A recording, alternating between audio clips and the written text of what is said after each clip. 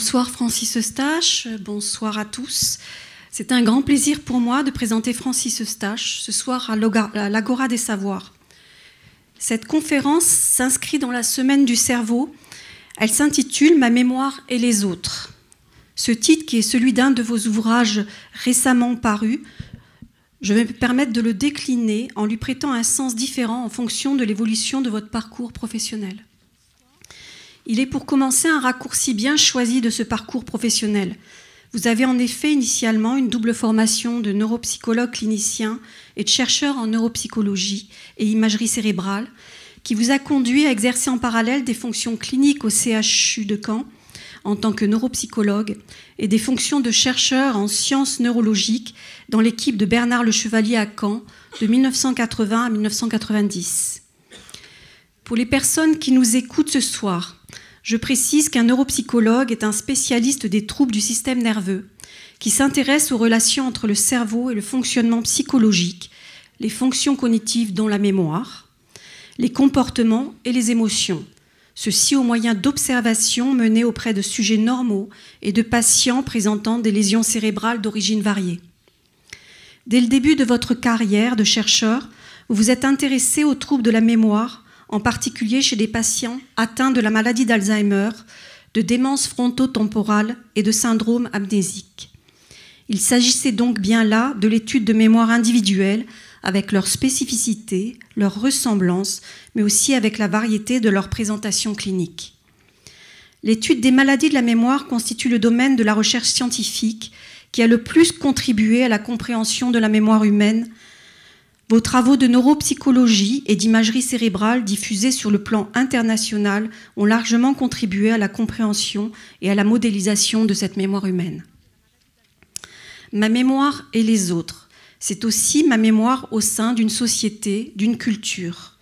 Maurice Halbwachs, un sociologue français que vous citez dans votre ouvrage « Ma mémoire et les autres », écrit dès 1950 dans son livre intitulé « La mémoire collective », je cite, « Un acte de mémoire est un acte social, même si je suis seul, car je suis empreint des interactions avec les autres, qu'ils soient ou non présents ou imaginés, je suis un être social. Cette pensée, vous l'avez faite vôtre. Depuis plusieurs années, vous avez développé un programme de recherche portant sur les liens entre mémoire individuelle et mémoire collective, en collaboration avec l'historien Denis Péchanski. Vous avez, dans la même perspective, publié des ouvrages grand public sur des thèmes variés comme la mémoire et l'oubli, la mémoire et les émotions ou les troubles de la mémoire. Si je cite ces livres parmi les nombreuses publications scientifiques à votre actif, plus de 200, ou parmi d'autres ouvrages grand public que vous avez publiés, c'est qu'ils ont été écrits en collaboration avec des chercheurs en neurosciences, en médecine, en informatique, en philosophie et en histoire, et qu'ils permettent d'approfondir la compréhension des différentes formes de mémoire individuelle et collective de manière transdisciplinaire. Pour finir avec ma mémoire et les autres, il est important de vous resituer dans votre cadre géographique et parmi les personnes qui travaillent avec vous. Après avoir occupé un poste de professeur à l'université de Caen de Normandie en 1986 jusqu'à l'année 2000, vous avez été nommé directeur de l'école pratique des hautes études en 2001. Vous dirigez depuis 2002 une unité de recherche INSERM à Caen, unité qui comprend plus de 100 membres et est spécialisée dans l'étude de la mémoire humaine et de ses maladies. Les chercheurs, enseignants-chercheurs et ingénieurs de votre équipe utilisent des méthodes de psychologie expérimentale, de neuropsychologie et de neuroimagerie. Votre équipe est par ailleurs une des équipes constituantes du Centre Cicéron à Caen, un centre de recherche spécialisé en imagerie cérébrale. Francis Eustache, vous avez maintenant la parole pour nous parler de ma mémoire et les autres.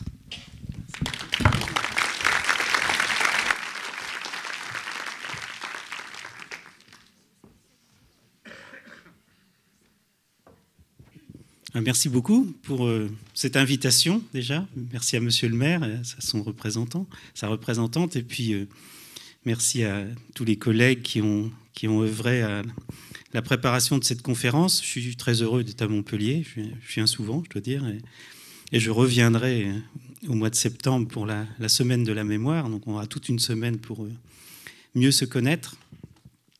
Alors, je vais vous parler de la mémoire et je vais vous parler un peu de ma trajectoire. Ça a été un petit peu ébauché par Isabelle Chaudieu tout de suite. La conception de la mémoire que l'on a peut-être tous. Et je pense une conception de la mémoire qui doit évoluer. C'est le sens de ce titre, Ma mémoire et les autres, qui est le titre aussi de ce livre, hein, qui est sorti il n'y a pas longtemps aux éditions Le Pommier, dont je vais dire 2 mots. Je vais parler autour du livre, mais je ne vais pas vous raconter le livre. Je vais plus vous parler du concept qu'il y a derrière, Ma mémoire et les autres. Et puis, les concepts, c'est bien. Moi, j'aime bien les concepts, mais je vais vous parler des applications de ce concept. Comment ça permet, je pense, de voir la mémoire autrement, de la voir de façon plus riche, de lire des situations autrement.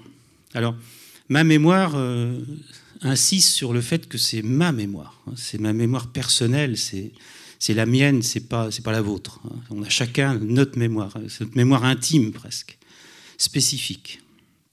Et les autres, c'est au contraire montrer que cette mémoire qui est la nôtre, en fait, elle est totalement tributaire des interactions que l'on a avec les autres, et puis au-delà des autres, notre société. Vous voyez, une macro-représentation qui va bien au-delà d'une succession, d'une juxtaposition d'individus.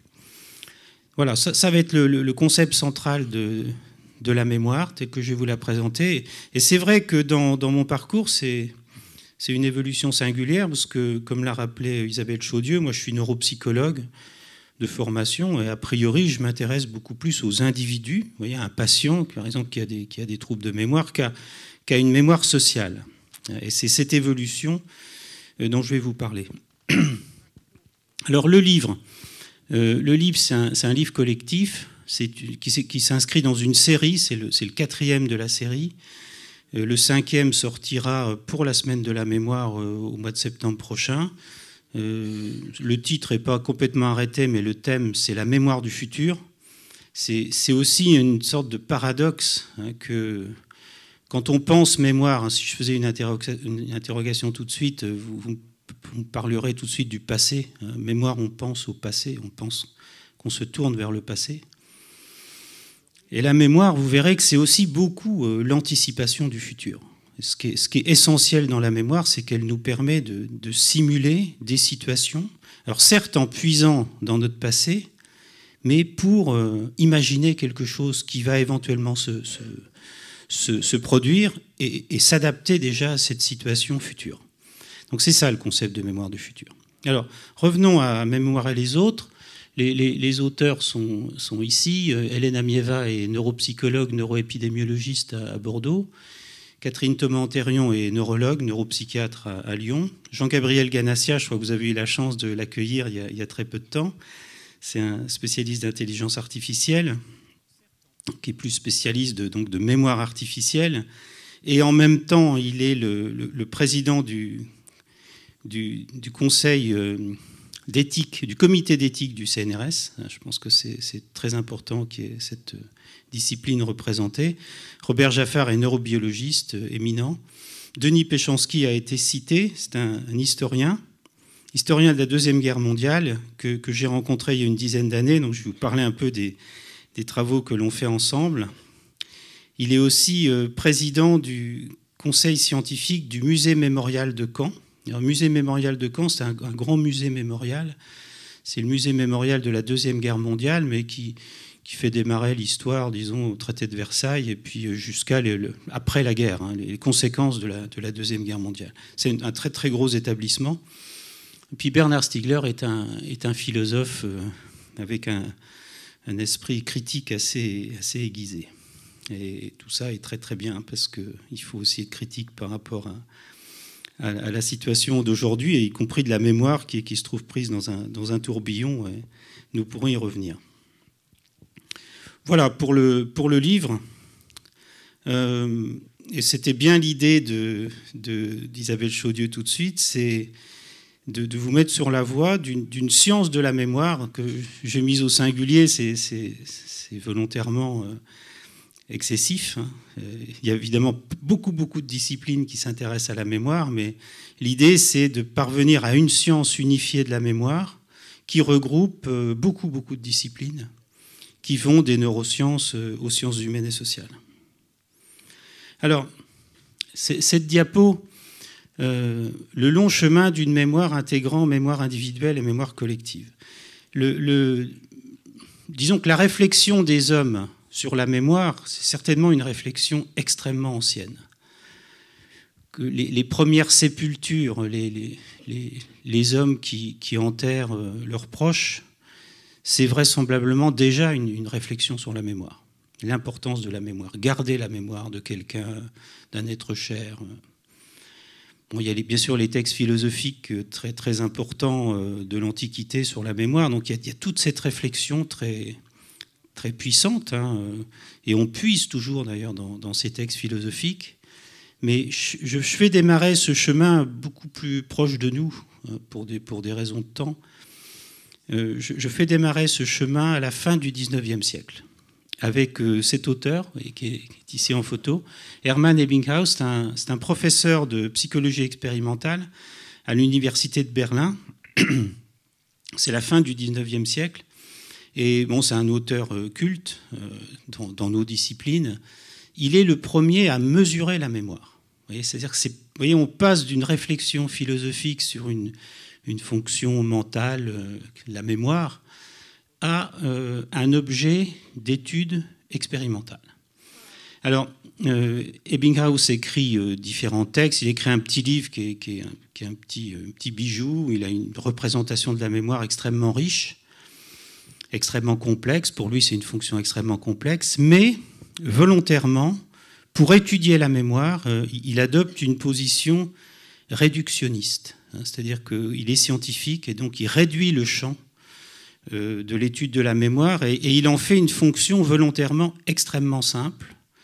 Et ça devient un objet d'étude qui se résume à la mémorisation de syllabes sans signification. Et donc, vous voyez, des syllabes sans signification, c'est-à-dire qu'il n'y a pas de sens, il n'y a pas d'affect. C'est simplement, il va étudier des mécanismes qui permettent à cette fonction du cerveau d'engranger des informations. Et dernier élément qui est intéressant, c'est qu'il veut également gommer la variabilité interindividuelle. Donc il étudie l'apprentissage, les fonctions de la mémoire, différentes fonctions de la mémoire, chez un seul individu, lui-même.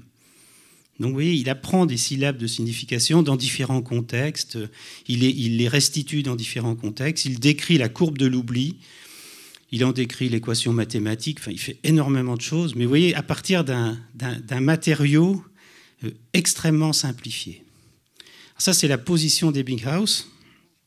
Et puis, évidemment, progressivement, la recherche va s'organiser.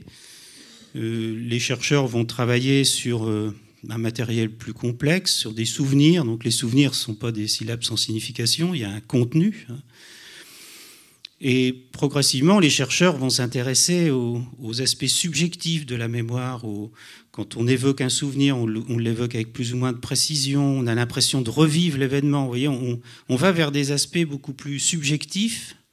Et d'ailleurs, moi, j'ai connu cette évolution parce que quand j'ai commencé ma carrière, on utilisait des tests psychométriques qui étaient encore très simples. Et puis progressivement, on s'est attaqué, il faut bien dire, à la mémoire autobiographique. Donc vous voyez, la mémoire personnelle, parce que les malades qui se plaignaient de troubles de mémoire, ils ne se plaignaient pas d'oublier les syllabes sans signification, ils oubliaient les contenus de la mémoire. C'était ça qu'il fallait étudier. Et donc on a mis en place des paradigmes pour étudier cette mémoire très subjective. Et en fait, plus on a avancé, plus on est arrivé sur des choses très subjectives, très personnelles. Le ressenti des personnes, comment leur souvenir peut être décliné, la précision, le temps, l'espace, l'impression de revivre l'événement. Et on a mis en place des échelles pour quantifier tout ça. Donc on est parti vraiment sur quelque chose de très très subjectif. Et puis progressivement, il s'est passé quelque chose en neurosciences de très important qu'on a appelé le tournant social. C'est-à-dire qu'on a tenu compte du fait que ce matériel mnésique, en fait, il est façonné également par les interactions sociales. La façon dont la mémorisation s'opère, eh bien, est extrêmement tributaire des interactions sociales, à la fois lors de l'encodage, quand on mémorise, et puis quand on restitue l'information. On va la restituer très différemment si on est dans un certain contexte ou si on est dans un autre contexte. C'est ce qu'on appelle le tournant social. Alors, ce sont des interactions sociales avec des groupes, c'est ce que veut figurer le petit dessin là, avec des groupes plus ou moins étendus qui sont changeants. C'est la famille, c'est l'école, c'est le monde du travail, c'est un cercle d'amis, etc. Tous ces groupes sont changeants. Et puis, on atteint aussi des groupes qui sont très importants, qui sont de l'ordre de la taille d'une nation, d'un pays, d'une identité particulière. Et là, c'est aussi une autre notion, c'est la notion de ressources culturelles. C'est-à-dire qu'on fait partie d'une culture, ou de différentes cultures. On peut être à la frontière de différentes cultures, et ces cultures, elles vont également avoir un impact très important sur notre mémoire. Et là, il y a aussi une notion nouvelle, c'est que ces ressources culturelles, elles ont également leurs propres règles mnésiques en quelque sorte. C'est-à-dire que la mémoire de ces ressources culturelles va aussi évoluer avec des règles différentes des règles des individus. Alors là, on touche du doigt quelque chose qui me paraît très très important. C'est-à-dire que, est-ce que cette mémoire individuelle, notre mémoire, chacun d'entre nous, en fait, reste en phase, en synergie, en harmonie, enfin, on peut prendre différents termes, avec cette mémoire, vous voyez, qui nous transcende. Et ça, c'est très très important.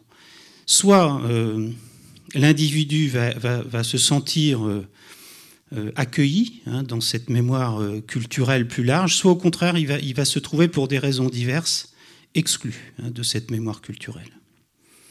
Et là, il y a une source certainement d'analyse de situations, y compris de situations cliniques, qui est très intéressante. Sur la droite, vous voyez apparaître une autre personne, c'est un peu les antipodes entre Ebbinghaus et Halbach. On prononce Maurice Halbach. Halbach, c'est un philosophe et sociologue français, un peu méconnu, alors qu'il a été connu de son vivant. Il a été professeur au Collège de France. Il a un amphi au Collège de France porte son nom. Alors, il a fait une première thèse de philosophie avec Henri Bergson, et puis une deuxième thèse, donc avec Émile Durkheim en sociologie. Oui, il a eu 2 maîtres tout à fait éminents. Et c'est un auteur que j'ai redécouvert, je dois dire. Je connaissais son nom, et puis j'avais un peu oublié, je dois dire, et puis je l'ai redécouvert. Et si vous êtes intéressé par ce que je vous dis là, cette partie-là, vous pouvez très facilement trouver les livres, on les trouve en facsimilé. Il y a un livre tout à fait étonnant qu'il a écrit. Il a écrit beaucoup de livres, il a écrit sur des thèmes extrêmement variés, mais sur la mémoire, il y a 2 livres. Il y a un livre qui a été écrit en 1925. Vous voyez, 1925, c'est très loin quand même.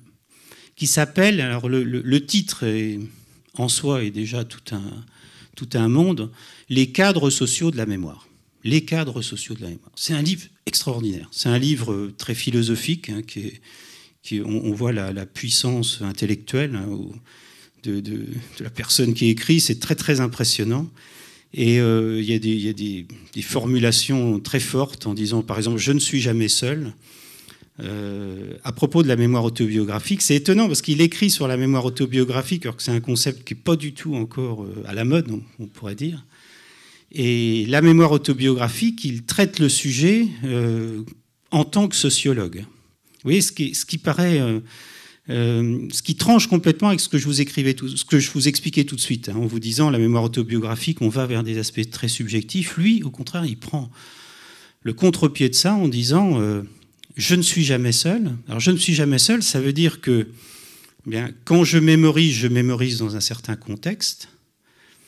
Et surtout, quand je restitue, quand je recherche des informations dans ma mémoire, je ne suis jamais seul. Pourtant, même si je suis seul physiquement, je suis toujours quelque part en représentation. Et la mémoire que je vais évoquer, elle est liée à ce destinataire. Alors, l'idée est extrêmement importante parce que déjà, elle relie l'individu à son environnement. Et puis en plus, elle met sur la voie d'une conception extrêmement dynamique de la mémoire. À savoir que la mémoire, ce que l'on va produire dans notre mémoire, eh bien, ça va être différent d'un interlocuteur à l'autre, vous voyez, d'un destinataire à l'autre. Et ça, c'est une vision extrêmement moderne de la mémoire. Et je vous dis, on est en 1925. Maurice Halbach meurt en déportation en 1945 à Buchenwald. Et le livre qu'a cité Isabelle Chaudieu, donc c'est 1950, c'est la mémoire collective. C'est en fait une collection de textes des textes qui ont été rassemblés par ses élèves et donc parus à titre posthume. Ce sont des textes qui ont été écrits quelques années avant sa mort, qui sont des textes aussi très, très, très intéressants. Alors, je reviens un petit peu à la neuropsychologie qui est ma discipline. Je reviens avec 3 auteurs, avec 3 idées. Premier texte, c'est Les maladies de la mémoire de Théodule Ribot. Vous voyez le petit livre qui est sur la gauche. Alors Ribot, c'était un professeur de psychologie, de physiologie, qui était aussi philosophe, professeur au Collège de France à Paris. Et bon, il a beaucoup écrit sur la mémoire autobiographique, lui aussi. On retient de lui la loi de Ribot, la loi dite de Ribot, c'est-à-dire que l'ancien est plus résistant que le récent. Alors, lui aussi, il a une petite formule qui est amusante, hein, vous pouvez y réfléchir. Il disait le récent s'efface toujours avant l'ancien. Vous voyez, j'aime bien ce genre de petite phrase extrêmement simple. Le récent s'efface toujours avant l'ancien. C'est une phrase qui a l'air simple. En fait, elle est extrêmement énigmatique. Parce que si le récent s'efface avant l'ancien, ça veut dire que l'ancien a réussi quand même à traverser la période récente pour devenir ancien. Et cette mémoire ancienne a certainement un statut différent de la mémoire récente. Alors ça, on pourra y revenir, parce que c'est en fait extrêmement compliqué. Hein. Ce qui est dit dans cette phrase, c'est que nos représentations du moment, par exemple ce qu'on est en train de vivre tout de suite, eh bien, elles vont se modifier, elles vont éventuellement devenir des souvenirs de notre passé. Mais pour que le récent devienne de l'ancien, il y a des tas de mécanismes que la psychologie et les neurosciences, après Ribot, vont décrire. Au milieu, c'est quelqu'un pour qui j'ai beaucoup d'admiration. C'est un chercheur russe, Sergueï Korsakov, dont j'ai retrouvé les traces à Moscou. Je suis très content des photos que je vous montre. Là, ce sont des photos que j'ai prises moi-même avec des amis de Moscou. Et c'est la clinique de Korsakov. Korsakov, c'était un neuropsychiatre qui soignait les malades et qui a décrit le syndrome de Korsakov, qui est une maladie de la mémoire. Et il soignait les malades dans cette clinique. C'est un humaniste, quoi, un homme remarquable. Et puis sur la droite, c'est un autre russe. C'est un peu un hasard, c'est Bechterev.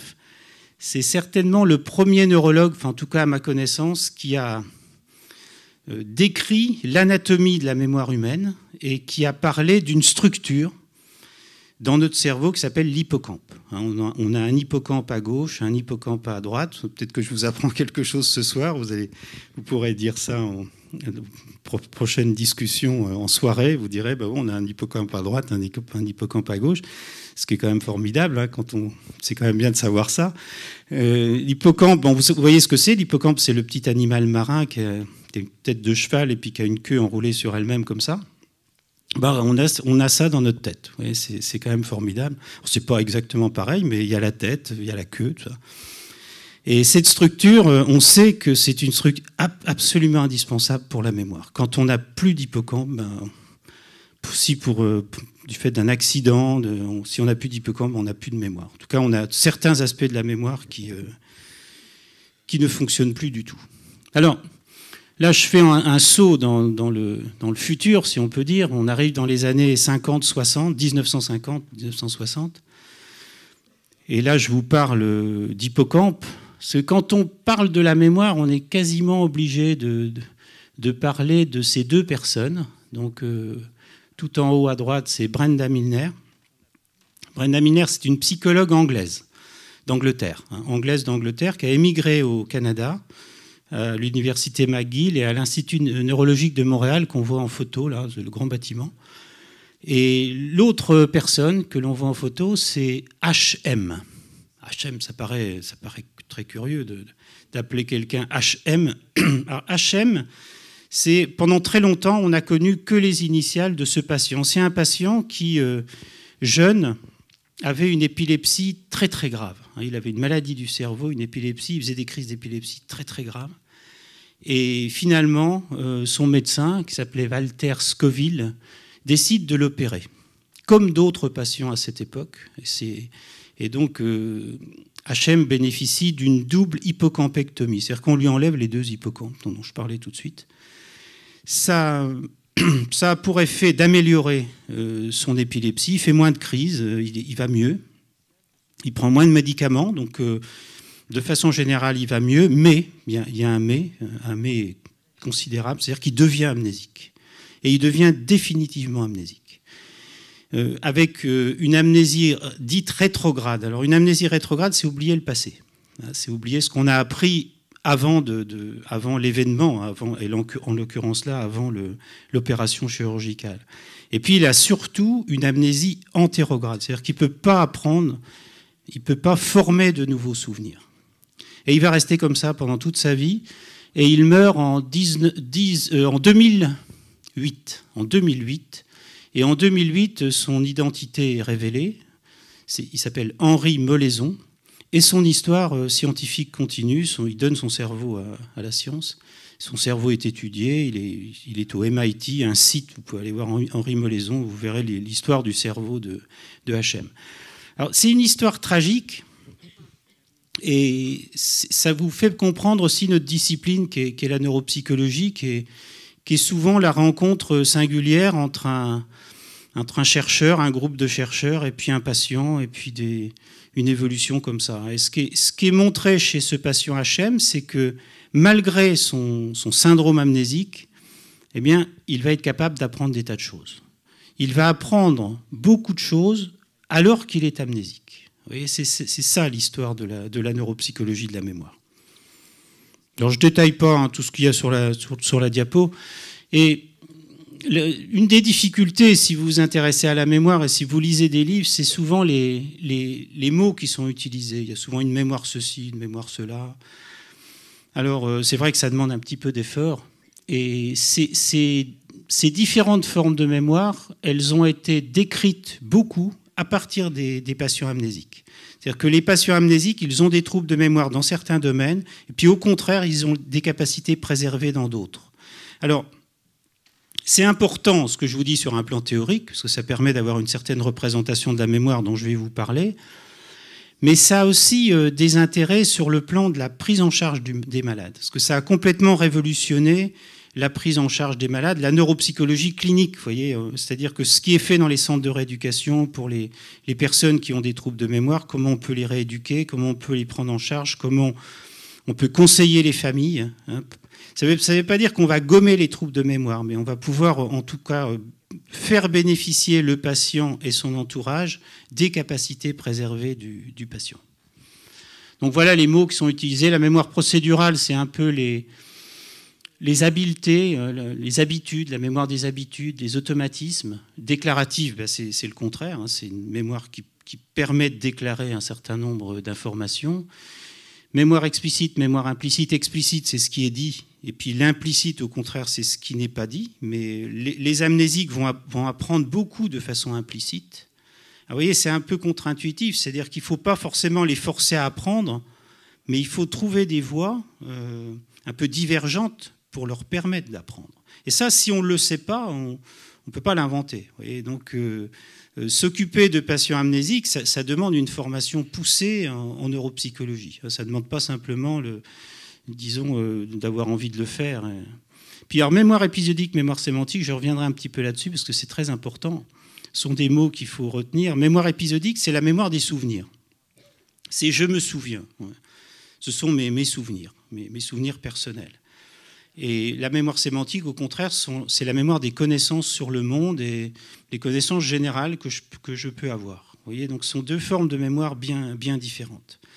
Alors ce dernier point, il a été beaucoup forgé par un chercheur que j'aime beaucoup, qui est en haut ici, là, qui s'appelle Hendel Tulving, qui est un vieux monsieur qui vient de fêter ses 90 ans, qui travaille à Toronto. Il est professeur émérite aujourd'hui. Il est estonien d'origine, il a toute une histoire assez tragique. C'est un immigré estonien pendant la Deuxième Guerre mondiale qui est arrivé en Amérique du Nord et puis qui a fondé à Toronto certainement la plus grande école sur l'étude de la mémoire aujourd'hui, donc avec beaucoup d'élèves et une production scientifique très très importante. Et puis en dessous de lui, c'est un patient qu'on a longtemps connu sous les initiales KC, KC, KC. Et là aussi, son identité a été révélée à sa mort en 2014. Donc, il s'appelait Ken Cochrane. Alors, la photo, elle est intéressante parce qu'elle montre que cet homme, il est très intelligent. Vous voyez, il joue aux échecs, il raisonne, il fait des tas de choses compliquées, mais il a un trouble de mémoire extrêmement profond. Il n'a plus aucun souvenir de son passé. C'est un accident de la voie publique. C'est un accident de moto. En fait, il y a eu plusieurs accidents, puis il a eu un accident très grave, et donc il a totalement perdu ses souvenirs du passé, et il est incapable de former tout nouveau souvenir. Il est totalement amnésique. Et donc il y a toute une histoire avec Hendel Tulving qui est assez touchante d'ailleurs, parce qu'ils sont devenus extrêmement proches. Tulving va montrer beaucoup de choses avec lui. Et il va montrer, je prends juste deux exemples. Et ça montre aussi peut-être ce qu'est notre discipline, la neuropsychologie, c'est qu'il va porter attention à ce que dit le patient, Tulving. Et quand il parle de projet avec Ken Cochrane, il voit que Ken Cochrane ne comprend pas en fait qu'est-ce qui va se passer demain, qu'est-ce qui va se passer dans 2 jours. Il comprend la notion de temps, du temps qui passe, mais il ne peut pas se projeter dans le futur, comme il ne peut pas se projeter dans le passé. Et ça va être le point de départ de cette notion de mémoire du futur que j'évoquais tout à l'heure, et que, en fait, la mémoire, si on devait définir la mémoire, qu'est-ce que c'est que la mémoire? J'aurais pu commencer par ça. Mais c'est une difficulté, voire une incapacité chez Kissy à voyager dans le temps. Et la mémoire, c'est ce qui nous permet de voyager dans le temps. Et je pense que c'est assez juste. Si vous réfléchissez, je pense que c'est une définition un peu simple et un peu caricaturale, mais c'est quand même bien ça. Alors on pense au passé, on dit si j'ai des problèmes de mémoire, je ne me souviens plus de telle chose. Mais malheureusement, les amnésiques, ce qui va les affecter encore plus, c'est qu'ils ne peuvent plus simuler le futur. Et leur parler de demain, il y a des dialogues qui sont enregistrés avec Kissy, qui sont très émouvants, où Kissy dit je comprends ce que vous me dites, je comprends qu'il y a le passé, il y a le présent, il y a le futur, tout ça est dans un ordre, etc. Mais je vois blanc. Pour moi, c'est blanc. C'est comme une pièce où il n'y aurait rien. On me demanderait de chercher une chaise, mais dans la pièce, il n'y a rien. Je ne peux pas aller dans cette pièce. Donc il y a cette notion, puis il y a une autre notion qui est extrêmement intrigante, c'est que, en fait, ça va être montré de façon expérimentale, puis c'est montré aussi par des dialogues extrêmement simples. En fait, Kissy sait des tas de choses sur le monde. Il peut parler de concepts, y compris de concepts nouveaux. Par exemple, le sida. Le sida, c'est un concept qui est apparu après son accident. Il regarde la télévision, il lit les journaux, etc. Et il peut avoir une discussion avec ses pairs, avec sa famille, avec des amis, sur le sida, les conséquences dans la société, etc. Donc, vous voyez, ce que je suis en train de vous dire, c'est qu'il a appris des connaissances sans former des souvenirs. Alors ça, c'est intriguant.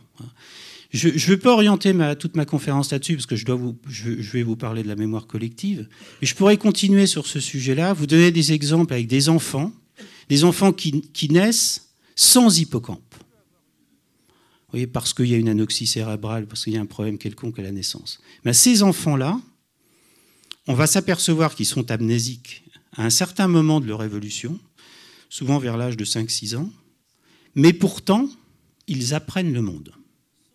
C'est-à-dire qu'ils apprennent à parler, à marcher, et ils apprennent le monde autour d'eux. Vous voyez, comme un enfant de 2 ans, 3 ans peut apprendre le monde. Vous voyez, c'est quand même très intriguant. Alors qu'en même temps, on s'aperçoit qu'ils sont amnésiques, c'est-à-dire qu'ils ne forment pas de souvenirs, pas complètement. Heureusement, il y a des mécanismes de plasticité qui font qu'ils vont apprendre quand même des souvenirs, qui vont former des souvenirs. Mais ils sont quand même amnésiques. Vous voyez. Donc cette distinction épisodique sémantique, elle est quand même très très importante, très très importante. Et aujourd'hui on parle de neuroéducation, etc. Donc c'est évidemment très très très très important. Bon, ça c'est un petit schéma. Je vais peut-être pas détailler parce que c'est un schéma qu'on a proposé avec ma collègue Béatrice Desgranges. C'est un schéma qui a été publié un petit peu partout, qui explicite les systèmes de mémoire. Ça marchait très bien tout à l'heure. Voilà, la petite flèche. Ah non, ça ne marche plus. Non, je voulais non, sur la gauche, vous voyez, vous retrouvez la mémoire perceptive, une mémoire très rudimentaire, et puis on monte comme ça dans la hiérarchie, la mémoire sémantique, on forme des connaissances sur le monde, et puis la mémoire épisodique, la mémoire des souvenirs, c'est vraiment dans certaines situations un peu particulière, on va former des souvenirs. On ne va pas former des souvenirs de tout ce que l'on vit. On va former beaucoup de connaissances, mais pas forcément des souvenirs de tout ce que l'on vit. Puis après, il y a toute une machinerie qui fait que nos souvenirs deviennent éventuellement des connaissances. Ouais. D'accord. Voilà. Ici, c'est la mémoire de travail, la mémoire qui nous permet de gérer un peu le présent psychologique. Et puis ici, ce sont les apprentissages procéduraux. Alors, un autre petit schéma, puis après, je repartirai sur des choses un peu plus concrètes. Vous voyez, notre mémoire individuelle, en fait, c'est ce petit bonhomme qui est là. Vous voyez, il est tout seul ici. Donc avec sa mémoire qui fonctionne, c'est la petite flèche rétroaction qui est censée expliciter ça. Mais il est avec d'autres individus, donc on voit que cette mémoire, elle est partagée, c'est le terme qu'on a trouvé.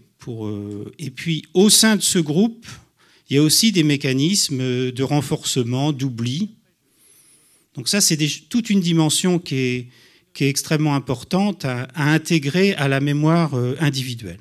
Donc il y a l'individuel, il y a le partagé, et bon, évidemment c'est surtout pertinent quand on est en face d'un événement historique ou qui peut avoir une prétention historique. Et puis il y a ce que j'évoquais tout à l'heure sur la première diapo, il y a aussi toute l'histoire qui s'écrit, que les historiens utilisent parfois le terme de grand récit. Et ce grand récit, il est forgé par l'éducation, par les commémorations, aujourd'hui beaucoup par les médias, qui, sous toutes leurs formes, qui jouent un rôle très important. Et cette mémoire, on va l'appeler la mémoire sociale ou la mémoire culturelle. Voilà. Et l'ensemble de la mémoire partagée et de la mémoire sociale, on va l'appeler la mémoire collective, qu'on peut définir comme les représentations constitutives de l'identité d'un groupe et partagées par l'ensemble de ses membres. Alors, juste un petit clin d'œil à un domaine qui est venu aussi renforcer les études sur la mémoire depuis 20-25 ans, c'est l'imagerie cérébrale. Bon, il se fait que j'ai commencé dans ce domaine. J'ai fait ma thèse, je crois que c'était la première thèse en France en imagerie cérébrale. Et puis ensuite, j'ai beaucoup travaillé dans ce domaine. Et ça nous a appris énormément de choses. L'imagerie cérébrale nous a appris beaucoup de choses sur la mémoire normale, la mémoire chez des individus, chez des enfants, des enfants qui grandissent, des adolescents, des jeunes adultes, des personnes qui vieillissent. C'est un domaine extrêmement important. Et puis ça nous a appris aussi beaucoup de choses sur les maladies de la mémoire. Donc ici, ce sont des corrélations que l'on fait entre des scores à des tests de mémoire et puis des mesures. Alors c'est une mesure là que l'on appelle du métabolisme du cerveau, le métabolisme glucidique du cerveau. Et on voit dans une maladie, là ici, ce sont des malades, des groupes de malades qui ont une maladie d'Alzheimer, sont des travaux qui viennent de différentes équipes de par le monde. Et de façon convergente, en fait, on voit que ces troubles de mémoire que l'on observe dans la maladie d'Alzheimer, eh bien, ces troubles de mémoire sont liés à une anomalie du métabolisme cérébral dans une région très précise, qui est cette fameuse région des hippocampes.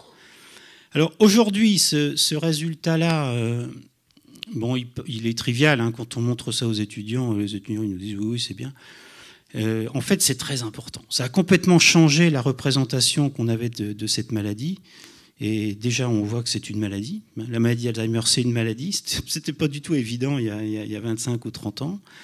Et en plus, c'est une maladie dont on commence à comprendre les mécanismes physiologiques, etc. Vous voyez, on est mis là sur la voie d'un processus scientifique, enfin, d'un objet d'étude scientifique. Alors, l'imagerie cérébrale nous a montré aussi des choses. Alors, je reviens à mon sujet de mémoire individuelle, mémoire collective, et cette notion de tournant social. Ça, c'est un article qui est très célèbre. L'année 2007, en fait, est une année très, très célèbre dans la mémoire, parce qu'il y a beaucoup de gros articles qui sont parus et qui nous ont mis sur des pistes un petit peu nouvelles. Alors ce schéma, il est censé refléter des opérations mentales qui sont assez différentes. Se souvenir de quelque chose, je me souviens d'un pique-nique, je me projette dans le futur, le printemps est bientôt là, donc voilà, j'ai envie d'aller pique-niquer à la campagne le week-end prochain. Théorie de l'esprit, ça c'est encore autre chose. Théorie de l'esprit, c'est... Bon, là, vous êtes nombreux ce soir. Je ne peux pas tous vous regarder individuellement, mais au moins dans les premiers rangs, je vous regarde et je vois si vous me suivez. Si vous suivez Mais en fait, c'est une hypothèse. Je peux complètement me tromper en vous regardant. Vous pouvez hocher la tête, tout ça. Et vous pouvez penser à autre chose. Donc, c'est une théorie. Vous voyez, j'utilise une théorie en utilisant des indices extrêmement divers. Et à partir de là, j'ai la possibilité de lire dans vos pensées, dans vos pensées, dans vos affects, etc. Mais avec une prise de risque. C'est ça la théorie de l'esprit. La théorie de l'esprit, vous comprenez bien que c'est un voyage. La notion de voyage est extrêmement importante. Et puis, il y a le dernier point, là, c'est la navigation spatiale, pouvoir se représenter le monde, même si on n'est pas présent, mais voir le monde différemment, etc. Et dans cet article de Buckner et Carroll, c'est une représentation d'un certain nombre de travaux qui sont faits sur la question. Alors même sans être anatomiste, vous voyez que pour les différents concepts que j'ai évoqués, se souvenir, remembering, se projeter dans l'avenir, théorie de l'esprit, vous voyez que les régions du cerveau sont extrêmement proches. Alors ça, c'est vraiment très intéressant. C'est-à-dire qu'on a des mécanismes communs qui nous permettent de voyager dans le passé, de voyager dans le futur et de voyager vers les autres. Et je ne vais pas détailler cette diapo-là, mais juste c'est pour faire un petit retour vers mon unité de recherche à Caen. Notre travail, c'est de faire de la neuropsychologie et de la neuroimagerie, c'est de comprendre les maladies, mais c'est aussi de développer des outils de diagnostic, de compréhension des malades, d'aide aux malades. Et donc, on construit des outils comme ça, sous forme, par exemple, de bande dessinée. Et cette bande dessinée va nous permettre de comprendre si un patient a une difficulté de théorie de l'esprit, de prendre de se mettre à la situation de quelqu'un d'autre. Et c'est en fait très important. Parce que dans les maladies du cerveau, vous savez, qui sont très fréquentes, eh bien, ces maladies du cerveau, elles peuvent entraîner un trouble du langage, une aphasie, elles peuvent entraîner un trouble de la mémoire, un syndrome amnésique, une amnésie, etc. Mais très souvent, très très souvent, et c'est ce qui pose problème, eh bien, ces maladies du cerveau, elles provoquent des troubles du comportement. Et ces troubles du comportement, ils sont souvent liés à ces problèmes d'ajustement à l'autre. Vous voyez, qui peuvent être liés à la fois à une mauvaise lecture des intentions d'autrui, parce que ça ne va pas de soi. Quand je vous dis, je vous regarde et puis je vois si vous me suivez, si vous ne me suivez pas, c'est facile à dire, mais c'est extrêmement complexe. Et comme c'est extrêmement complexe, eh bien, ce sont des fonctions qui sont fragiles et qui vont être altérées dans des maladies aussi diverses que l'autisme, la schizophrénie, la maladie d'Alzheimer, les dégénérescences lobaires frontotemporales, etc., et des tas d'autres maladies que je ne vais pas citer là.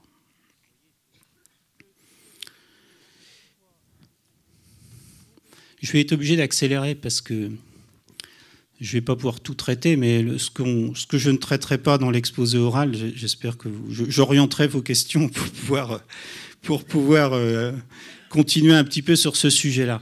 Alors, cette diapo, elle est un petit peu compliquée, mais en fait, je vous ai donné les codes.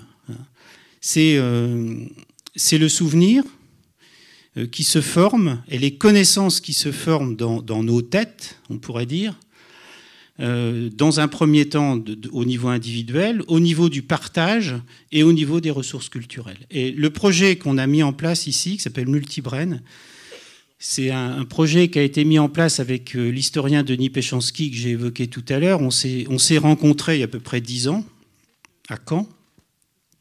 Lui étant moi je travaille à Caen, je suis normand d'origine, même si je me suis un petit peu promené, mais je suis normand d'origine, et je vous dirai pourquoi quelque part c'est peut-être important dans cette démarche-là. Et puis Denis, lui, travaillait au musée mémorial de Caen, et dans le musée mémorial de Caen a été installé ce qu'on appelle dans notre jargon de chercheur un équipex.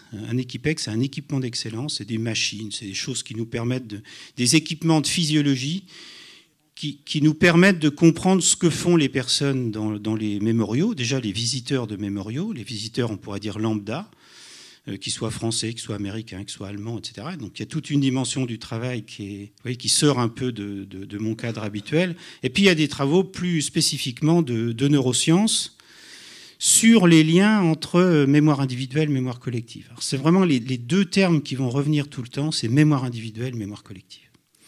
Et avec... en arrière-plan théorique, un autre concept qui est très intéressant, qui nous vient d'un auteur anglais qui a été anobli, d'ailleurs Sir Frederick Bartlett. C'est la notion de schéma. Et la notion de schéma, c'est une notion assez utile pour nous montrer que la mémoire, c'est à la fois contraint, c'est-à-dire qu'on est dans un schéma, pour mémoriser, on est dans un schéma, et en même temps, c'est relativement souple. Parce que la mémoire, c'est ça.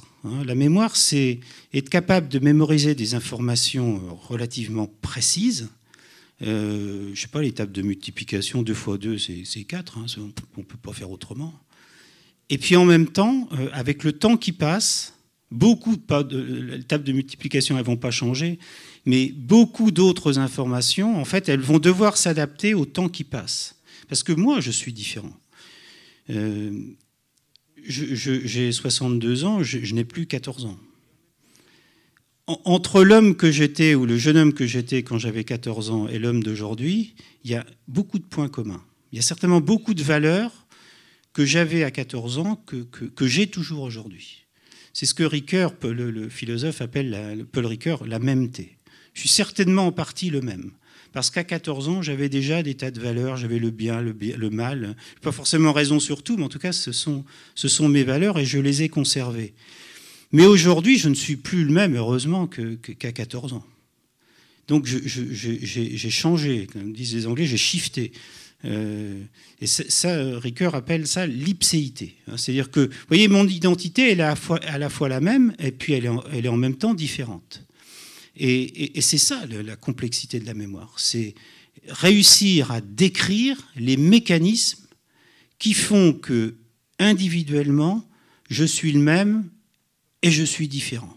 Et tout ça dans un contexte social, parce que c'était un petit peu trop simple si on s'intéressait uniquement à l'individu.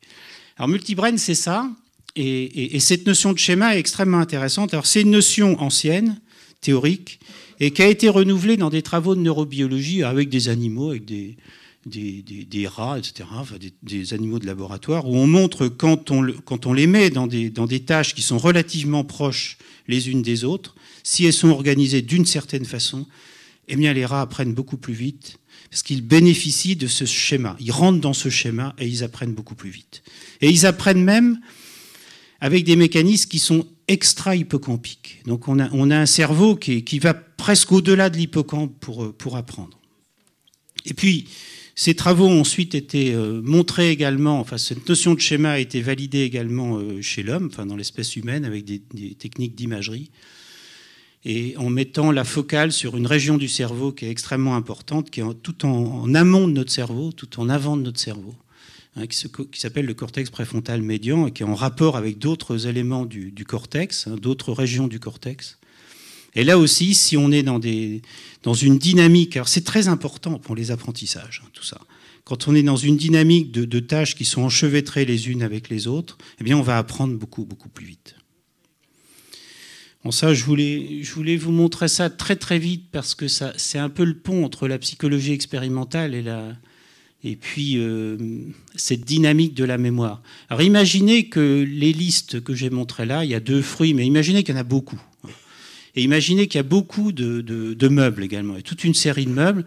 Je vous montre ces images-là, je vous demande de les apprendre, et puis ensuite je vous demande de rappeler seulement la fraise, vous voyez, dans la liste.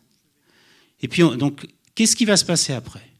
Eh bien, le fait que je vous ai demandé de rappeler la fraise, eh bien, ça va faire en sorte que la fraise, vous allez mieux retenir qu'il y avait une fraise dans cette liste-là, par la suite. Et ça va produire ça. C'est-à-dire que vous allez mieux retenir la fraise. Les meubles, vous allez les retenir comme avant, parce qu'il n'en a pas été question. Par contre, et c'est ça qui est très important, et qui illustre bien la dynamique de la mémoire, c'est que la banane, vous voyez, qui était un mot de la liste initiale, mais qu'on n'a pas demandé de rappeler, eh bien cet item-là va se trouver dégradé. Alors, ça, c'était un travail princeps hein, sur la question. Et puis l'autre partie, là, je vais très vite, mais imaginez une conversation sur un sujet d'actualité, je ne sais pas moi, les échanges internationaux avec l'Amérique, je sais pas quoi, une discussion, vous êtes entre amis, vous discutez, et il y a ce sujet, vous voyez, qui est dans la conversation. Soit vous prenez position, vous avancez un argument, soit vous n'avancez pas un argument. Si l'argument est avancé, il est rehaussé. Hein, c'est-à-dire, ça ne veut pas dire que vous avez raison, mais ça fait partie des arguments qui sont importants. Si un argument qui a été pourtant pertinent n'est pas avancé, cet argument-là, par rapport à la situation initiale, il est dégradé. D'accord ? Et c'est ça la mémoire partagée. Vous voyez, la mémoire partagée, c'est pas trivial, c'est pas des individus qui se rencontrent. Non, c'est vraiment un jeu de mémoire forte et de mémoire faible. Et la mémoire, elle se construit comme ça. Et là, je crois qu'on voit bien la pertinence de faire sortir la mémoire du cadre strictement individuel.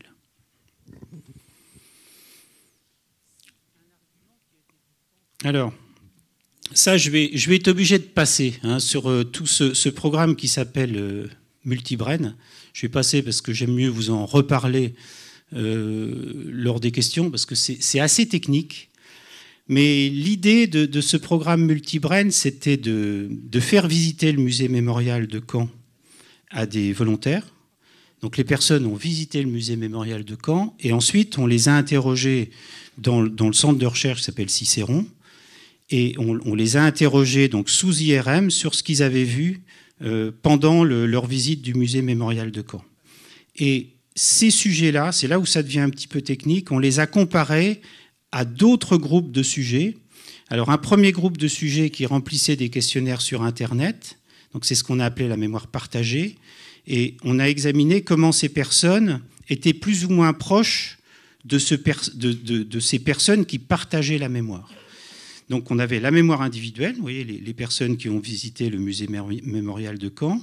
Toujours à partir des cerveaux de ces personnes, on a vu comment ces personnes étaient plus ou moins proches de la mémoire partagée. Et puis ensuite, dernier élément, on a travaillé avec des corpus de l'INA. L'INA, c'est l'Institut national de l'audiovisuel, qui, entre autres missions, est dépositaire de tous les journaux, radio, télé, papier. Et ont été analysés à l'INA, donc par des chercheurs, tous ces corpus qui portent sur la Deuxième Guerre mondiale, sur une période de temps qui correspond à l'âge des individus que nous avons examinés. Et là aussi, on a vu la distance entre ces personnes qui ont bénéficié des examens IRM et puis ces corpus de l'INA.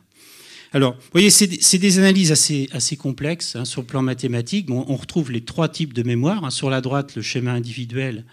Au milieu, le schéma collectif. Et puis, sur la gauche, les schémas culturels, donc à partir des séquences de l'INA. Et à partir de là, on fait ce qu'on appelle des matrices de corrélation qui nous permettent de faire des liens entre les représentations individuelles, les représentations partagées et les représentations collectives au sens culturel. Hier, je donnais une conférence un petit peu comme dans un cadre ici, c'était à Tours. Mais je n'ai pas présenté ce travail-là. Et puis à la fin, j'en posais des questions, puis il y a un étudiant en neurosciences qui lève la main et qui me dit « Je voudrais vous poser une question, mais c'est peut-être pas une bonne question. » Alors, généralement, les questions qui commencent comme ça sont des très très bonnes questions. Parce que j'avais parlé de mémoire collective, mémoire partagée, etc. Mais je n'avais pas montré cette étude-là. Je n'avais pas parlé de multibrain. Et l'étudiant, il me dit mais est-ce qu'on pourrait concevoir que dans le cerveau, il y a des régions spécialisées dans la mémoire individuelle et il y a des régions spécialisées dans la mémoire collective? Et c'est une question magnifique, quoi. Mais je lui dis, écoutez, vous m'auriez posé cette question-là il y a 10 ans, je vous aurais regardé certainement bizarrement, mais peut-être que j'aurais même pas compris votre question. J'aurais peut-être même pas compris qu'on puisse me poser une question pareille. Alors qu'aujourd'hui, c'est ce que l'on mesure. C'est ce que l'on mesure, là. J'arrive directement à la... Alors ça, c'est toutes les analyses que l'on fait entre-temps. C'est un travail qui est fait dans mon unité par Pierre Gagnepin. Et en fait, là, ce que l'on voit là, c'est les représentations des régions du cerveau vont être spécialisées dans l'apport culturel dans notre mémoire, dans les apports partagés. Et puis, il y a tout de même notre mémoire individuelle qui fait notre synthèse personnelle de tout ça. Voilà. Je me tourne vers la modératrice. Je dis 2 mots de 13 novembre et puis on pourra peut-être rebondir dans les questions. Parce que je voudrais garder du temps avec vous pour discuter. Je ne vais pas vous écraser d'informations. Alors, j'ai voulu parler un tout petit peu de multibrain et du cheminement à la fois intellectuel. Parce que avec Denis Péchanski et les collègues avec lui, il y a eu vraiment un cheminement intellectuel. Parce que, moi, je vous ai expliqué mon parcours. Je suis vraiment neuropsychologue, spécialiste de mémoire individuelle. Et quand j'ai commencé à parler au niveau scientifique avec des historiens, des sociologues, au début, c'était difficile au niveau de la terminologie. C'est-à-dire que on a tout de suite saisi que la mémoire individuelle, elle se modifie au fil du temps. Il y a des éléments qui vont devenir des mémoires fortes, d'autres qui vont être passés plutôt à l'arrière-plan. Il va y avoir ces changements comme ça. Des mécanismes de consolidation, de reconsolidation, un jeu subtil entre ce qui va être mémorisé, ce qui va être oublié, pas forcément définitivement. Mais tous ces mécanismes-là, c'est un peu ma vie, quoi. Je travaille sur ce sujet-là depuis 20 ou 30 ans. Et en discutant avec les historiens, eux aussi, quand ils parlaient de la construction du grand récit, ils me disaient il y a des éléments qui sont rehaussés, puis il y en a d'autres qui sont passés à l'arrière-plan. Par exemple, Deuxième Guerre mondiale, si on parle de Deuxième Guerre mondiale, l'Exode. L'Exode, on a commencé à en reparler parce qu'il y a eu des films dans les années 50-60, mais l'Exode, on n'en parlait pas, ou très peu, parce que ce n'est pas quelque chose de constructif. C'est-à-dire que quand on a besoin d'un grand récit pour reconstruire le pays, on ne va pas mettre l'Exode en premier. On va mettre d'autres valeurs. On va mettre la résistance, on va mettre des valeurs comme ça positives.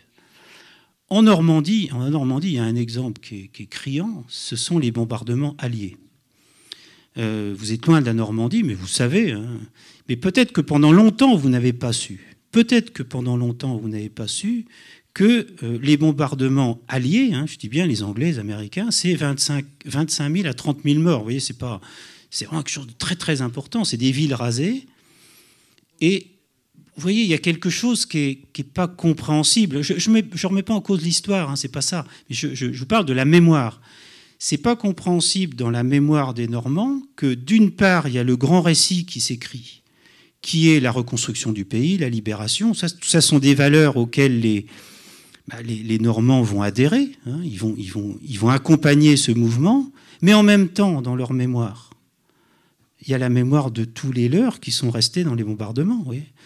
Moi, dans ma famille, dans ma belle famille, mon beau-père, qui ce jour-là n'était pas dans le village qui a été bombardé, il a perdu son père, sa mère, 5 frères et sœurs. Et il s'est retrouvé avec 2 petits qui étaient écoulés sous un établi. Il s'est retrouvé chef de famille à 10 ans. Vous voyez. Donc, c'est un homme qui a reconstruit le pays. Il a participé à la reconstruction du pays. Il a reconstruit sa maison. Il a fondé une famille. Il a eu des enfants. C'était un battant. Hein.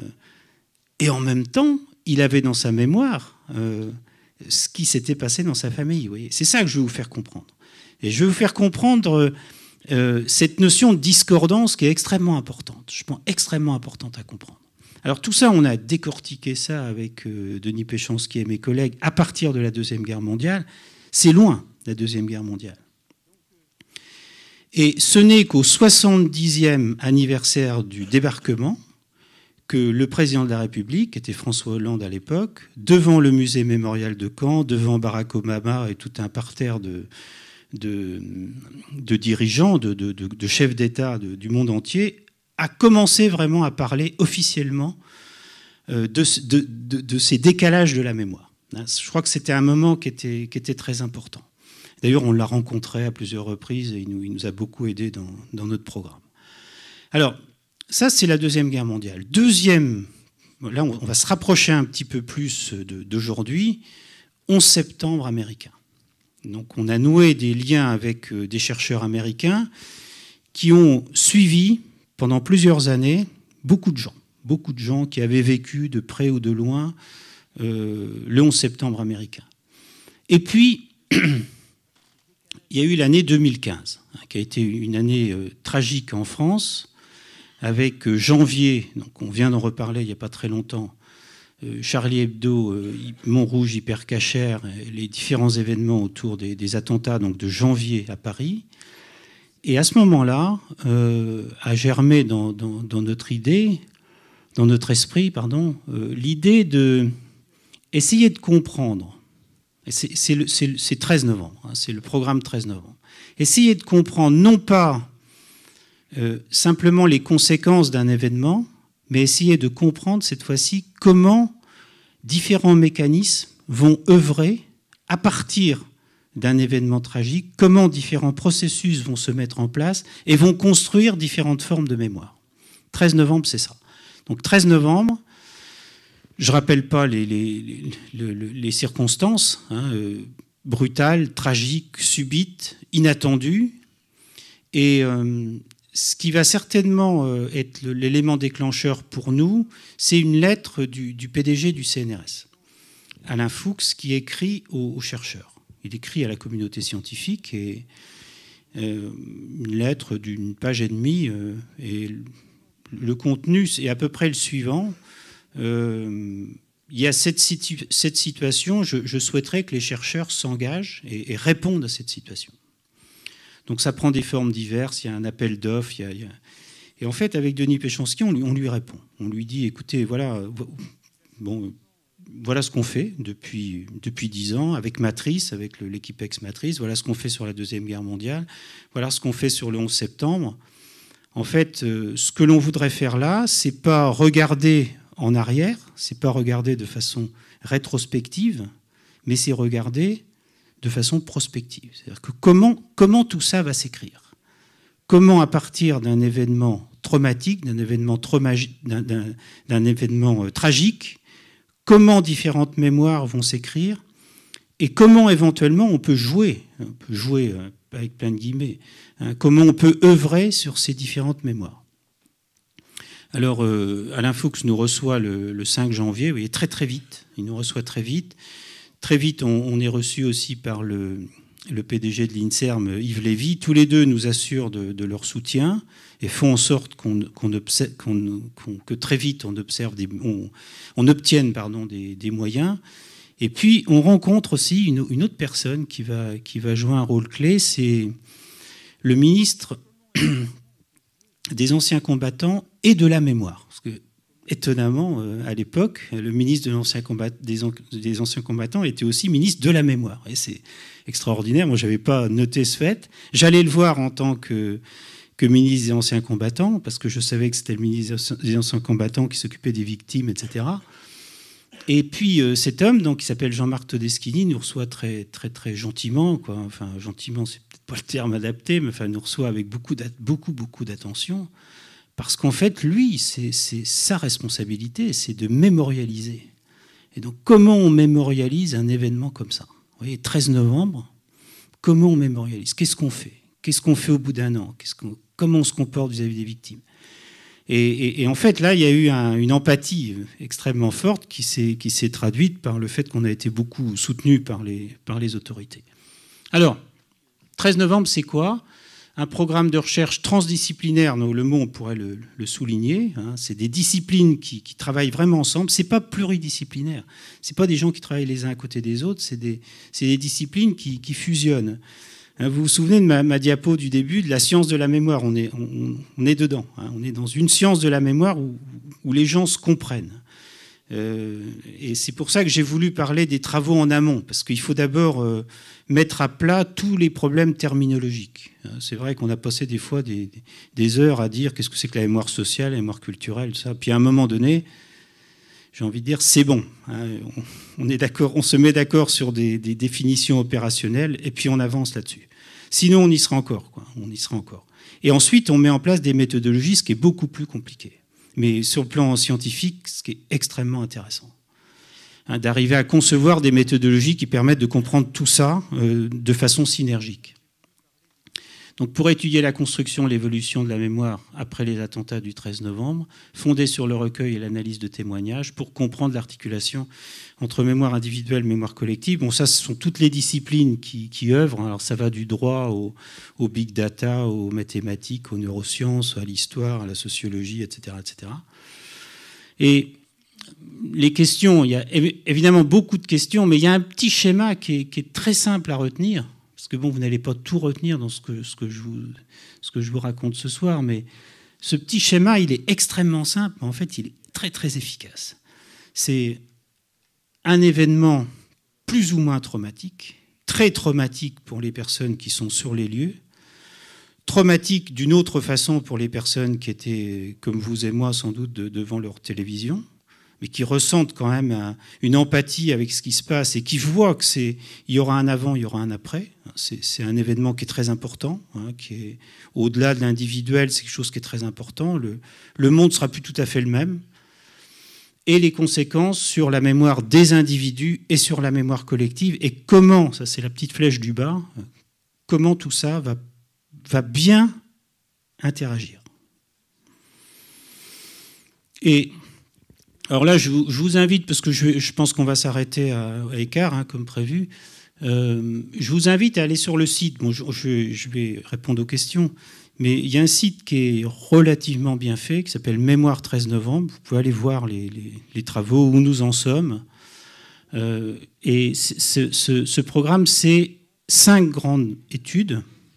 La première s'appelle l'étude 1000. L'étude 1000, c'est 1000 personnes qui sont suivies pendant 10 ans. Donc qui bénéficient d'entretiens filmés par l'INA ou sous couvert de l'INA, donc dans des conditions très, très précises, hein, très standardisées, et on va étudier comme ça la construction de leur mémoire au long cours à partir de cet événement 13 novembre qu'ils ont vécu de façon plus ou moins proche. Deuxième étude qui s'appelle Remember, c'est une étude qui se passe dans mon laboratoire à Caen. Donc Caen, c'est à peu près 2 heures de Paris. Et c'est une étude dite ancillaire de la première, c'est-à-dire que c'est une partie de ces personnes qui viennent à Caen et qui bénéficient d'examens biomédicaux, à la fois en psychopathologie, c'est-à-dire qu'on examine si ces personnes ont notamment un trouble de stress post-traumatique, qui est la pathologie mentale la plus fréquente quand on a été victime d'une situation traumatique intense, examen neuropsychologique et examen en imagerie cérébrale, qui sont des examens assez sophistiqués, où on essaie de comprendre la capacité qu'ont ou non les personnes à réguler ce qu'on appelle des intrusions. C'est-à-dire que les personnes qui ont un trouble de stress post-traumatique ont des images qui les envahissent, et ces personnes vont avoir plus ou moins la possibilité de chasser, d'inhiber en quelque sorte ces images. Et c'est ce que l'on étudie. Troisième étude qui s'appelle ESPA, c'est une étude de santé publique sur, disons, l'incidence des maladies mentales après ces attentats, et qui porte également sur les dispositifs de soins, sur l'efficacité des dispositifs de soins. Quatrième étude, c'est une étude qui utilise le CREDOC. Alors le CREDOC, ça vous dit peut-être quelque chose. Le CREDOC, c'est un grand institut semi-public de sondage qui a été créé après la Deuxième Guerre mondiale et qui prend en quelque sorte le pouls de la population générale. Alors c'est des sondages vraiment à grande échelle, sur des thèmes extrêmement variés. Et nous avons injecté dans les questions du CREDOC des questions qui portent sur 13 novembre. Là aussi, pour voir l'impact du 13 novembre dans la population générale.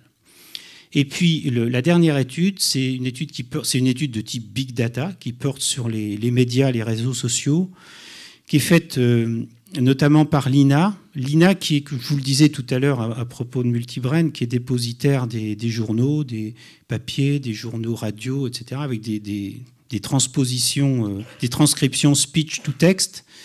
Et à partir de tous ces textes, qui sont considérables, c'est des données absolument considérables, on peut faire des études dites textométriques. Textométriques, c'est-à-dire qu'on va repérer des mots dans tous ces textes, et ces mots vont évoluer au fil du temps. Par exemple, s'il y a un nouvel attentat, il y a des mots qui vont apparaître dans les journaux. Donc on va compter ça de façon automatique, et ça nous donne des indicateurs du fonctionnement de la mémoire collective. Alors voilà ces 5 études donc qui avancent là. Le premier recueil de données a eu lieu en 2016.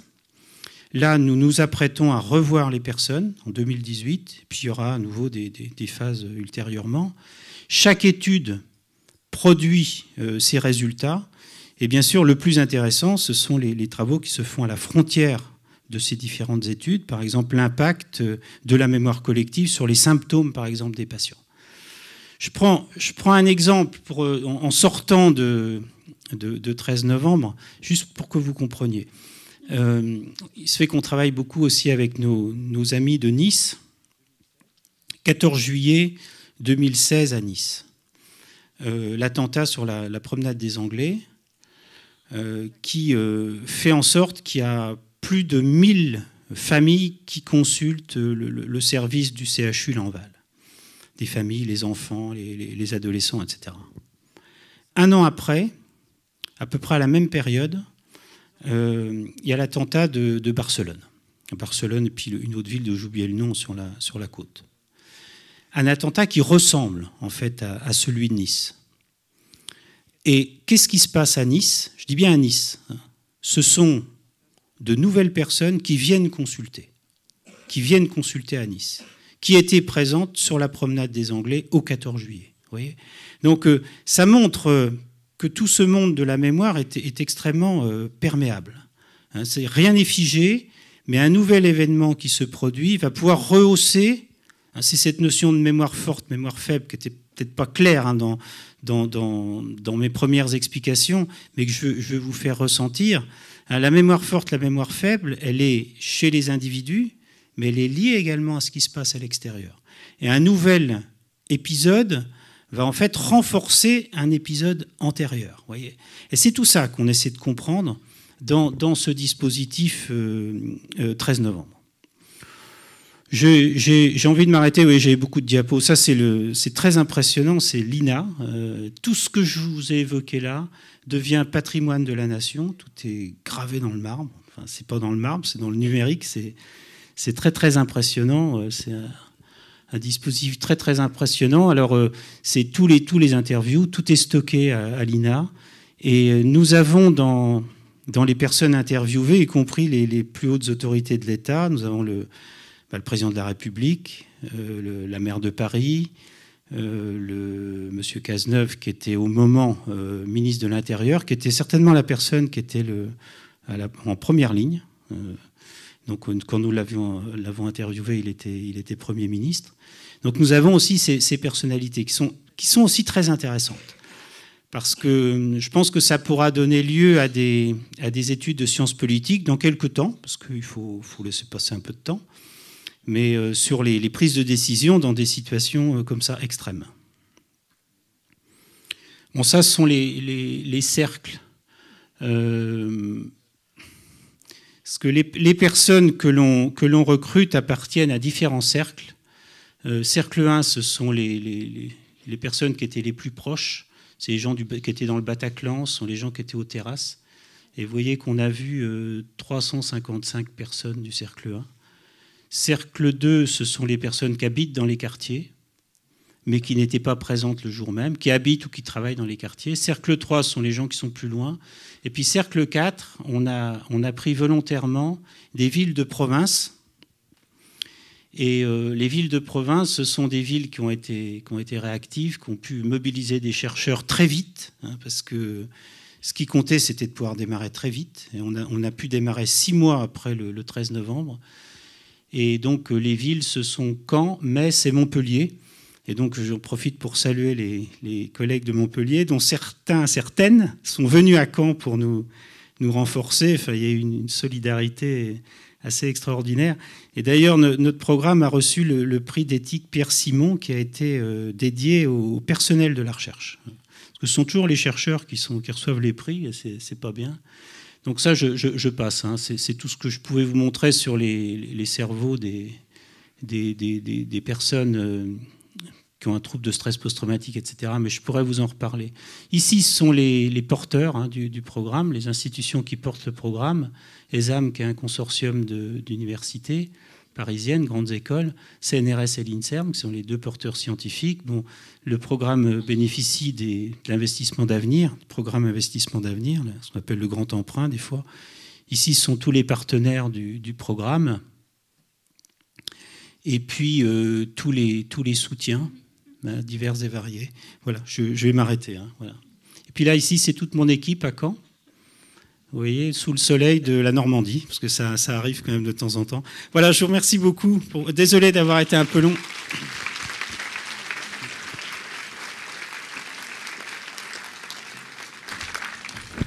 Je voudrais poser la première question, parce que dans ce que vous avez présenté, je suis exactement à l'opposé du spectre. Je suis du côté des Sciences Po et sociologie, et pas du tout du côté plus expérimental, médical, qui est le vôtre. Alors, ce qui nous intéresse, c'est la mémoire collective, entendue comme une mémoire construite. C'est-à-dire qui n'est pas du tout une mémoire réceptacle, mais qui fait l'objet de ce qu'on appelle aujourd'hui des politiques mémorielles. C'est-à-dire que ce que l'on va retenir, y compris dans les attentats, c'est pas simplement une inscription de ce qui s'est passé, c'est plus ou moins politiquement organisé, ce que l'on veut que l'on retienne, et qui est l'objet de débats, éventuellement de contradictions. Et on voit bien que sur la Deuxième Guerre mondiale, pour ne prendre que cet exemple, il y a eu des stades différents de la politique mémorielle de notre République. On se souvient du grand discours de Chirac sur la faute inexcusable de Vichy. On pourrait prendre des exemples avec Mitterrand, etc., où on verrait comment la mémoire collective publique n'est pas simplement une inscription de faits qui se sont passés, puis on aurait le loisir finalement de picorer. Elle est déjà très structurée et elle oblige les gens à avoir un certain regard sur ce passé et à engranger une structure de compréhension du monde qui est liée à cette politique de mémoire. Est-ce que vous avez trouvé ce type de phénomène, notamment à propos des attentats, puisque vous parliez de M. Cazeneuve? Alors, je vous remercie pour votre commentaire, hein, qui est plus d'abord un commentaire. Bon, vous avez bien compris, je suis ni historien, ni sociologue, ni homme politique. Hein. Je suis citoyen et je suis chercheur en neurosciences. Et en considérant que c'est essentiel de construire un objet d'étude de la mémoire qui soit différent de ce qu'on a fait pendant 100 ans. Donc, à partir de ce que vous venez de dire là, monsieur, je vous renvoie à ce que j'ai ressenti quand j'ai rencontré M. Todeschini. Alors, M. Todeschini, lui, était dans la position de l'homme, avec le gouvernement du moment, il n'était pas seul, mais il se sentait quand même cette responsabilité-là, à savoir la politique de mémorialisation du pays. Donc c'était une rencontre étonnante, parce que nous, on arrivait avec Denis Péchanski avec notre programme. Bon, c'était très tôt, hein, c'était janvier ou début février 2016, c'était très tôt. Alors on était en train de mettre les choses en place et on rencontre, on ne s'attendait pas forcément à ça. On rencontre la personne qui avait la totale responsabilité, enfin qui avait mesuré la responsabilité de ce qui venait de se passer et comment il devait agir.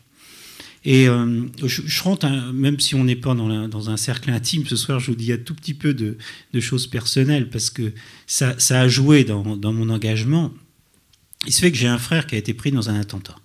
Dans l'attentat de Karachi, oui, qui datait de 10 ans d'avant, qui a été blessé sérieusement, mais bon, qui s'en est sorti. Et vous parliez de Chirac. J'ai vu l'importance de... Mon frère n'était pas particulièrement politisé, mais j'ai vu l'importance de la visite de Chirac à Cherbourg. Parce que pour ceux qui ne se souviennent pas, c'est l'attentat de Karachi, c'était des ingénieurs de la DCN de Cherbourg, de l'arsenal de Cherbourg, hein, qui étaient au Pakistan. Et puis il y a eu un attentat terrible, hein. Il y a eu 12 morts dans un bus, une voiture piégée qui s'est encastrée sous le bus. Le bus a fait un bond, c'était un bus avec fort heureusement un châssis qui était blindé, mais le bus a fait un bond de 30 mètres, il y avait 12 morts dans le bus, et puis tous les autres étaient quand même très très sérieusement blessés. Et là, c'est là que j'ai compris, donc chez tous ces blessés, parce qu'ils étaient à Paris, à l'hôpital Piercy, le remarquable hôpital Piercy de Clamart, j'ai compris comment c'était important pour eux d'être quelque part compris, hein, d'être compris par les plus hautes autorités de l'État. Et donc, quand on s'est lancé avec Denis dans le programme que je viens d'ébaucher là, j'ai aussi ressenti cela. Alors, comment il faut faire, comment il faut mémorialiser, je ne sais pas. Je ne suis pas ni homme politique, ni etc., etc. Par contre, comment ça a été compris tout de suite par les politiques, c'est qu'ils allaient avoir... Alors, ce n'est pas forcément un outil miraculeux, ce qu'on veut leur proposer, mais ils vont avoir des outils, ils vont avoir des éléments de réflexion. Alors que tout de suite, c'est quand même très intuitif comment il faut faire. Et ce n'est pas facile. Alors, et ce n'est pas facile, pourquoi ? Nous sommes très proches des associations de victimes. Samedi prochain, samedi là qui vient, je serai à la mairie de Paris avec Denis et puis tous nos collègues qui sont impliqués dans l'étude, avec les associations qui font leurs AG le matin, qui se rassemblent l'après-midi, parce qu'il y a plusieurs associations, et on est avec eux. On leur présente le programme, où on en est, comment on avance, etc. Et je suis allé à plusieurs AG comme ça. C'est franchement pas facile. Comment il faut mémoriser ? Parce qu'entre eux, ils ne sont pas d'accord sur qu'est-ce qu'il faut faire, comment il faut faire. Est-ce qu'il faut mettre en avant... On retrouve ces problèmes de... Est-ce qu'il faut mettre en avant le Bataclan ? Ou au contraire, est-ce qu'il faut montrer que le phénomène il était beaucoup plus large ?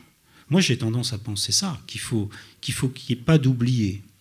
Et pourtant, la mémoire collective, elle va avoir tendance à rehausser certains éléments et en dégrader d'autres. J'ai une anecdote. Quand c'était au moment de l'anniversaire, le 2e anniversaire, donc c'était au mois de novembre dernier, j'étais invité à faire une conférence à l'Institut des études avancées à Paris. Et je ne sais plus pour quelle raison, il y avait des sponsors, enfin, il y avait le journal Libération.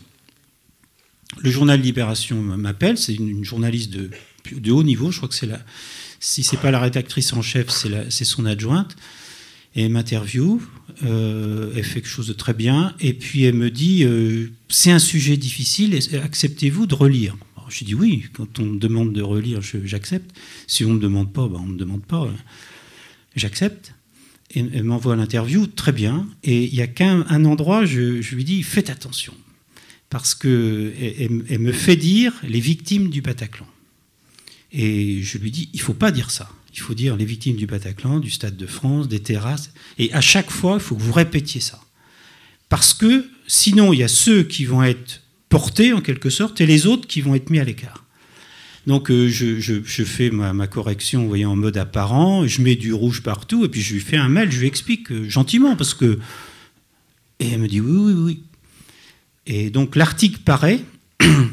C'est corrigé dans l'article, sauf que l'article il a été envoyé à un compositeur, et en rouge, j'ai gardé le numéro, en rouge c'est marqué « Une conférence sur le Bataclan ». Vous voyez, le titre de l'article, parce que le titre de l'article a été donné par quelqu'un d'autre, que la journaliste elle n'a pas vu, quoi. Et c'est un bon exemple de comment il y a ce qu'on peut faire. Donc c'est très important qu'on ait conscience et qu'on agisse. Et puis, il y a quand aux États-Unis, si on revient sur 11 septembre, on pense essentiellement aux Twin Towers.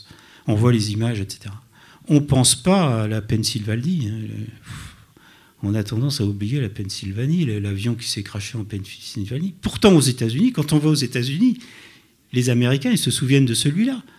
Ils se souviennent de celui-là, parce que c'est celui, souvenez-vous, si vous avez oublié, c'est celui où les gens se sont rebellés dans l'avion.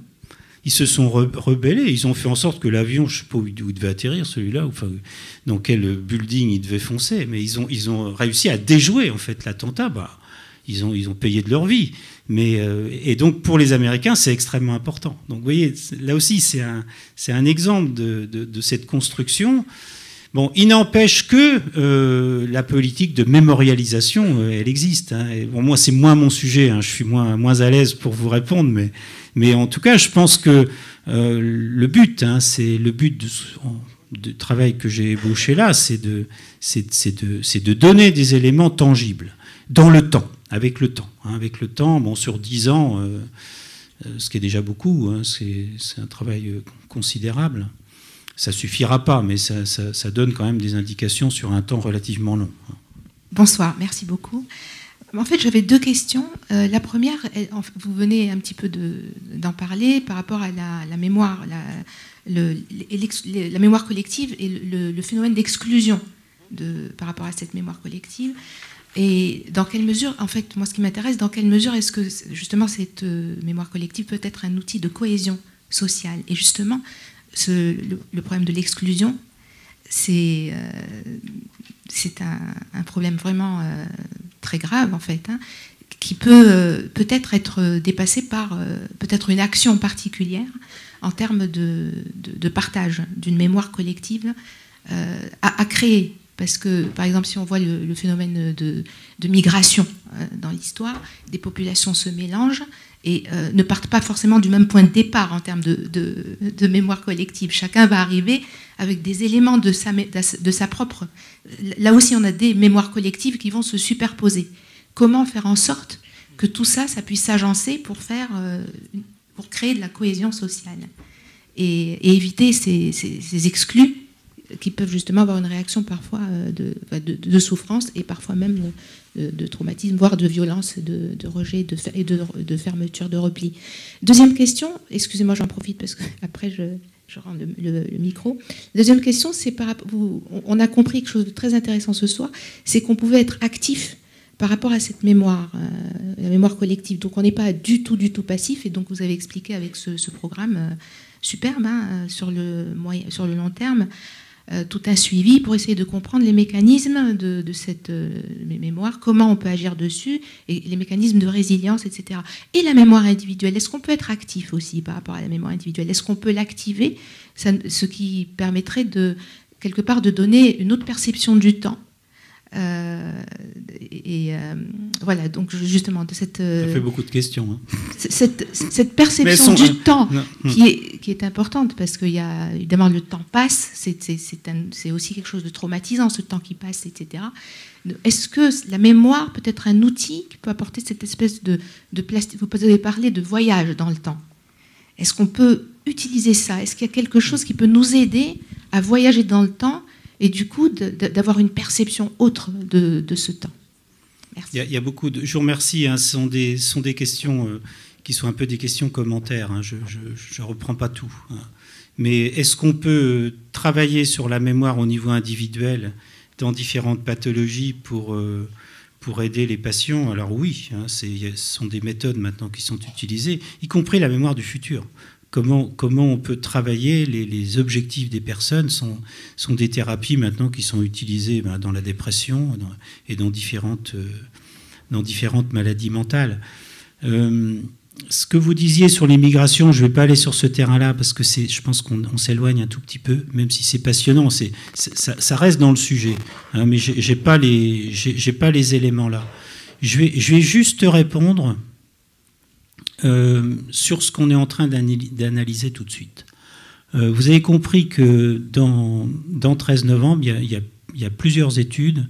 Donc il y en a une qui est une étude vraiment biomédicale qui se fait dans mon laboratoire à Caen, où on suit 200 personnes.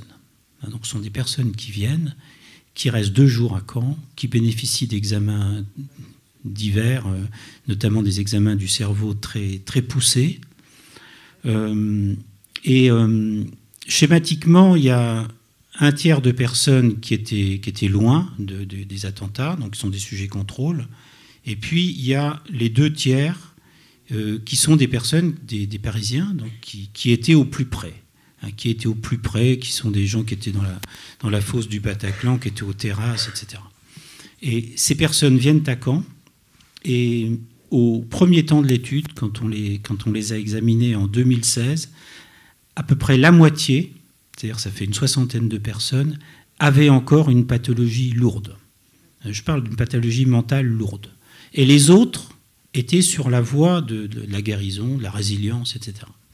Alors qu'on a strictement apparié ces 2 groupes-là, en termes d'exposition.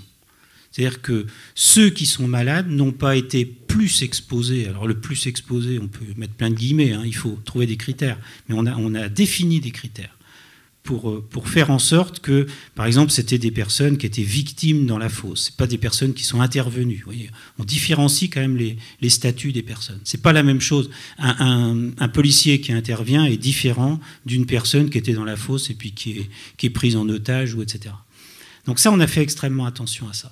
Et ce qu'on essaie de comprendre aujourd'hui, et ça c'est un point quand même considérable, c'est pourquoi certains, 1 an après, schématiquement on les a vus 1 an après, pourquoi 1 an après certains sont encore blessés psychiques et d'autres ont réussi à tourner la page. Ça ne veut pas dire qu'ils ont tout oublié et que tout va bien, hein, mais en tout cas non plus les symptômes majeurs, il y a ces intrusions qui leur bombardent l'esprit. Hein. C'est terrible. Hein. C'est terrible parce qu'ils ont l'impression d'être à nouveau dans la scène. Vous voyez, c'est pas un souvenir. Hein. Le souvenir traumatique, un souvenir, si vous vous souvenez de ce que vous avez fait samedi soir dernier, vous êtes allé au cinéma ou vous étiez chez des amis, vous revoyez la scène, mais vous savez que c'est le passé. Vous voyez, vous avez l'impression que vos amis sont là, mais vous savez que c'est le passé. Un blessé psychique qui revoit des éléments de la scène, pour lui, c'est à nouveau, c'est là. Oui, donc c'est terrible ce que ces personnes-là vivent. Et ce que l'on essaie de comprendre, c'est qu'est-ce qui fait en sorte que certaines évoluent et d'autres pas. Et en fait, ce qui est crucial, il y a beaucoup d'éléments. Il y a des éléments certainement génétiques, épigénétiques, il y a des tas de facteurs. Mais ce qui est crucial, c'est comment ces personnes se sentent entourées, se sentent sécurisées. Entourés au niveau de leurs proches, c'est très important, au niveau de leur famille, au niveau de leur contexte professionnel, et puis au-delà. Et c'est là que je rejoins la question de monsieur. Et je pense que c'est très très important. Et je pense qu'on a eu la chance dans notre pays quels que soient les gouvernements qui sont succédés depuis ces événements, je pense qu'il y a une vraie prise de conscience de ça. Alors après, bon, les réponses sont... On peut toujours discuter de ça, et puis on est en démocratie, donc on discute, et tant mieux. Mais je pense que la prise de conscience, elle est là. Et si on fait bien notre travail, on aura des éléments tangibles, vous voyez, pour expliquer ça. Parce que, bon, il y a le premier temps de l'étude, le deuxième temps de l'étude va être passionnant. Là, on est en train de s'y préparer. On a fait des réunions en début de semaine pour ça. À Montpellier, vous allez vous revoir tout le monde au mois d'octobre, hein, c'est début octobre. Là, c'est passionnant parce que parmi les personnes qui étaient blessées psychiques en 2016, il y en a qui vont évoluer, qui iront mieux en 2018. Pourquoi certaines vont aller mieux en 2018 alors que d'autres vont rester dans un état similaire au point de départ, vous voyez. Et à partir des études que j'ai rapidement dressées là, on devrait avoir, je ne dis pas qu'on a tous les éléments, mais on a beaucoup d'éléments. Et pour la première fois au monde, on a tous les éléments. Ce n'est pas une étude strictement biomédicale. C'est-à-dire qu'on a des éléments biomédicaux, on n'a pas tout, hein, on n'a pas tout, mais on a beaucoup de choses. Et on a surtout ce qui se passe à l'extérieur. Et ça, c'est la première fois que c'est fait. Je pense que c'est très important. Et c'était le message que je voulais vous faire passer ce soir. C'était cette conception, je pense, renouvelée de la mémoire individuelle, mémoire collective, comment tout ça est lié, les rouages entre ces différentes formes de mémoire. Je pense que conceptuellement, c'est une évolution importante. Et je pense que les jeunes chercheurs aujourd'hui qui veulent travailler sur la mémoire, ils ont beaucoup de chance parce que c'est passionnant. Il y en a plein qui frappent à la porte du laboratoire et ça fait plaisir. Et au-delà du plaisir intellectuel, qu'il ne faut pas négliger, parce qu'il faut quand même être passionné avec ce qu'on fait, mais il y a, je pense, des applications extrêmement nombreuses qui vont des sciences politiques aux neurosciences en passant par la médecine et l'aide à ces personnes, quoi. Donc je trouve que c'est une entreprise assez intéressante et qui devrait permettre à beaucoup de jeunes d'exploiter ces données, parce que bon, nous, je dis nous, parce qu'avec Isabelle, on a œuvré à mettre tout ça en place, mais ces données, bon, bien sûr, sous certaines conditions très draconiennes pour y avoir accès, parce que tout ça est très, très sécurisé, mais bon, une fois que le dispositif sont en place, c'est des données qui seront exploitées par d'autres, hein, et notamment par des jeunes chercheurs, des doctorants, des postdocs, encadrés par différentes équipes. Et d'ailleurs, je signale qu'il y a plusieurs équipes de Montpellier qui sont maintenant appliquées, parce qu'il y a aussi l'Université Paul Valéry. Voilà.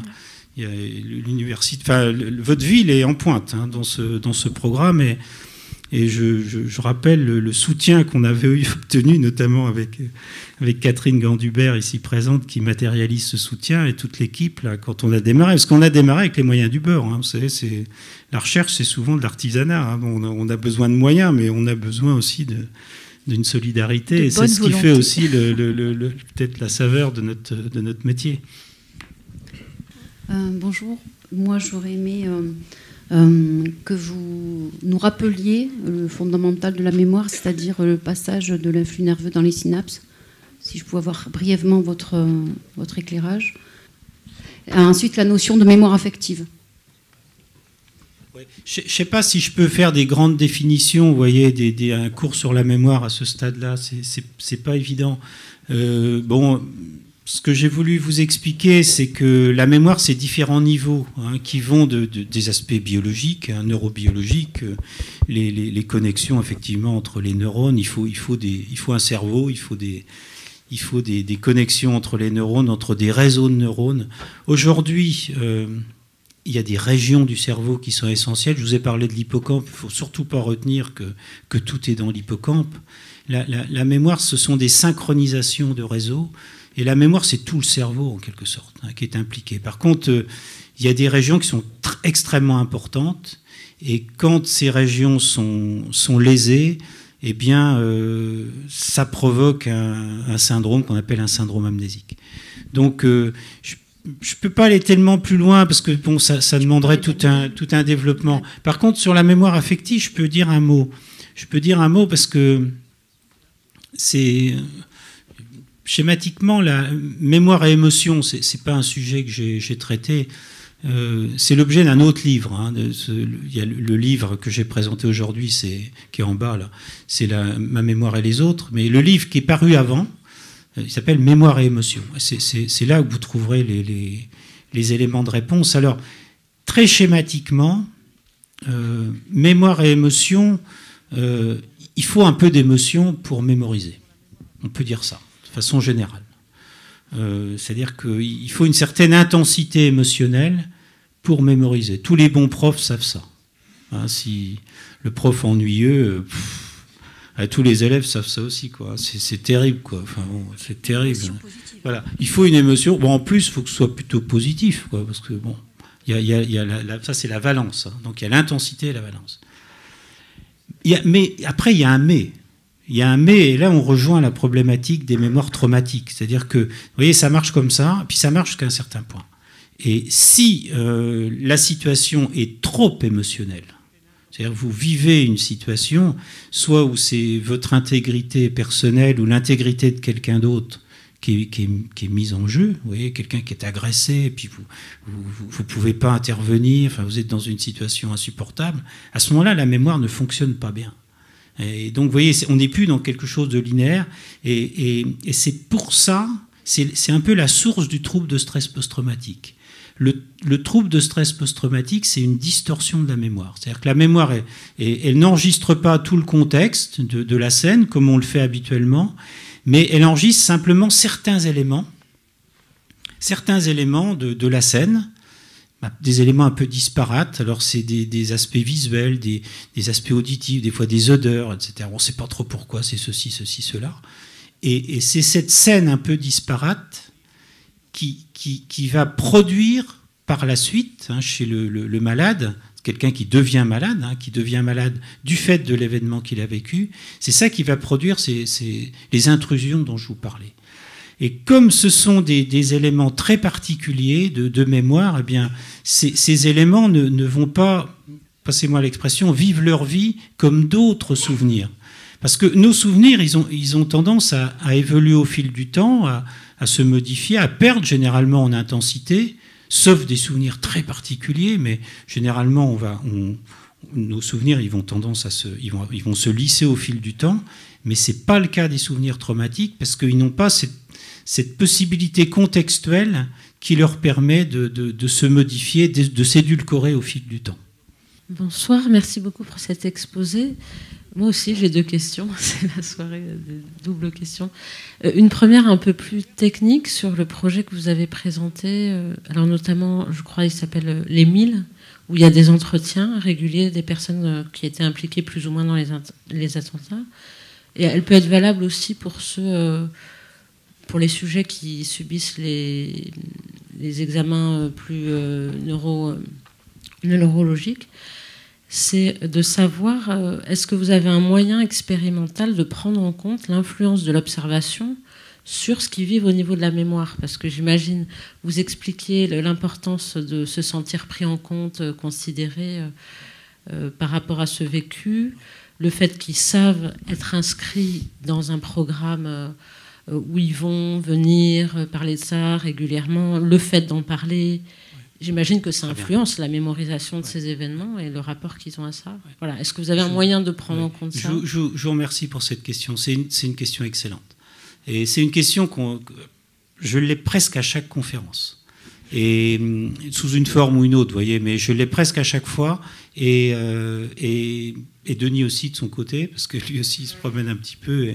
Et c'est pas tombé dans l'oreille de sourd. Vous avez raison. Hein. Derrière votre question, il y a une piste qui est essentielle. Alors, ma première réponse. Alors, pour les études, il y a l'étude 1000. L'étude 1000, ce sont des entretiens filmés. Donc, c'est l'INA, etc. Le CPAD, c'est-à-dire le service des armées, l'audiovisuel des armées qui se déplace. Donc, et c'est pas rien. C'est-à-dire que les gens viennent, effectivement, volontairement. Alors il y a les différents cercles, hein, soit les personnes qui étaient au plus près des attentats, puis on s'éloigne, cercle 1, cercle 2, cercle 3, cercle 4. Cercle 4, c'est quand Montpellier-Metz. Ces personnes viennent témoigner. Et elles savent qu'elles vont revenir témoigner plusieurs fois. Et puis l'étude qui s'appelle Remember, qui est dans mon labo à Caen, donc c'est l'étude biomédicale, juste pour qu'on se mette bien d'accord. Et dans les deux cas, je suis d'accord qu'il y a un biais. Il y a un biais parce que les personnes rentrent dans un dispositif. Je voudrais juste développer un point, c'est qu'effectivement, ce n'est pas neutre, parce que c'est pas rien d'aller parler pendant 2 heures ou 3 heures de ce qu'ils ont vécu. Et moi, j'ai pris la navette. Il y avait des navettes entre les mairies du 10e, 11e et puis Brie-sur-Marne, parce que l'INA, c'est en dehors de Paris. C'est à 25 km de Paris, donc il fallait prendre une navette, etc. Je prenais la navette avec les personnes. Je disais qui j'étais. Hein. Je n'étais pas incognito, je disais qui j'étais. Les gens parlaient avec moi, ils savaient qui j'étais. Et même chose au retour. Et c'est pas rien. C'est pas rien de faire la démarche, et c'est pas rien de revenir après avoir parlé pendant 2 heures ou 3 heures. C'est pas rien de venir à Caen. C'est-à-dire prendre les moyens de transport. Parce que les moyens de transport, c'est pas rien. C'est une ambiance inquiétante, généralement pour ces personnes-là. C'est des fois se couper de la famille pendant 2 jours, parce qu'il faut dormir à l'hôtel 1 nuit ou 2. Et il faut venir examiner le cerveau. Se faire examiner le cerveau, ça veut dire que potentiellement le cerveau a été changé. Sinon, on n'examinera pas le cerveau. Donc vous voyez, c'est encore une démarche, c'est encore un cran dessus, j'ai envie de dire. Et ce que l'on a... Alors moi, je fais de la recherche depuis 30 ans ou 40 ans, je ne compte plus. Donc, je sais, j'en suis persuadé, que quand on inclut des personnes dans un protocole de recherche, on aide les personnes. Si on fait bien notre job. Si on fait bien notre job, si l'équipe est au top, si le protocole est bien fait, si on accueille bien les gens, on aide les gens. Parce que les personnes sont prises en compte. Mais ce projet-là, c'est encore plus fort. C'est encore plus fort. Et là, on en a des témoignages, c'est que les gens nous écrivent. C'est-à-dire que quand ils rentrent chez eux, ils nous envoient des lettres. Et il y a des lettres qui sont extrêmement prenantes. Et en gros, quand ils reviennent de Caen, les gens ils nous remercient. Ils remercient les chauffeurs de la ville, parce qu'on a mis tout un dispositif, ce sont les chauffeurs de la ville de Caen qui les accueillent à la gare. Enfin, il y a tout un contexte, quoi. On a soigné tout, quoi. On a tout fait pour qu'ils soient accueillis. Alors, il y a tout ça, alors ils sont très sensibles à ça. Et puis ils nous disent, et de façon, je ne vais pas dire stéréotypée, mais on retrouve un peu les mêmes mots. Ils nous disent, on est passé à autre chose. Grâce à vous, on est rentré dans autre chose. C'est-à-dire qu'on était des victimes, on est toujours des victimes, mais on rentre dans un dispositif où nous sommes acteurs de quelque chose. Et ça, c'est très important. Et je pense que notre protocole, vous avez bien compris, ce n'est pas un protocole thérapeutique. C'est un protocole observationnel, enfin, on l'appelle comme on veut, physiopathologique, tout ce que vous voulez, mais ce n'est pas thérapeutique. On ne donne pas de médicaments, on ne soigne pas. Et pourtant, on soigne. Alors, c'est ce qui rend votre question d'autant plus pertinente. C'est que si on veut vraiment... Si l'objet de l'étude, c'est de comprendre la construction mémorielle des attentats du 13 novembre, comment se construit la mémoire, le fait même de rentrer dans le dispositif, on biaise complètement les choses. Alors, je force le trait. Mais il n'empêche, vous avez raison. Enfin, votre question nous met sur la voie que vous avez raison. Et je pense qu'on est en train de mettre en place pas la parade, mais en tout cas un élément qui nous permettra d'avancer. C'est, vu le lien très fort qu'on a avec les associations de victimes, c'est qu'au T3, au temps T3, c'est-à-dire 5 ans après le T1, on voit de nouvelles personnes. Vous voyez, avec l'appui des associations, que de nouvelles personnes rentrent au niveau T3, c'est-à-dire à 5 ans. Et là, bon, je ne dis pas que ça résout tout, hein, vous savez bien, enfin, tous les gens dans la salle qui s'intéressent à la recherche, on sait bien que c'est jamais parfait ce qu'on fait, hein, c'est pour ça qu'on progresse toujours. Mais je pense que ce serait un élément quand même très important, hein, de voir justement les différences. Bon, si on a des groupes suffisamment importants, puis après il faut recueillir les bons indices, hein, tout ça n'est pas écrit, hein, c'est pas fait. Mais je reçois complètement la question que vous posez. Hein. Je pense que c'est une vraie question et je pense qu'il y a une façon de comprendre, alors, à la fois pour l'étude 1000 et pour l'étude biomédicale. Oui, il y a des sujets contrôle, mais quand même. Il y a des sujets contrôle hein, qui sont utiles, hein, qui permettent de résoudre un certain nombre de problèmes, mais pas tout. Une dernière question. Alors, je fais la dernière question. Je trouve très intéressant de considérer la mémoire universelle, de façon universelle au travers de la mémoire collective. Et je me pose la question du réceptacle, de comment la mémoire est enregistrée, comment la mémoire est restituée de façon collective, où est-ce qu'elle se situe, et est-ce qu'on a une idée du stockage de l'information que ça représente, à savoir, est-ce que, par exemple, le cerveau d'une personne est capable d'enregistrer toute cette mémoire collective, à la fois individuelle et collective, et le corps étant constitué très, très majoritairement de molécules d'eau, est-ce que pour vous, l'eau a un rôle dans cette mémoire ? Alors là,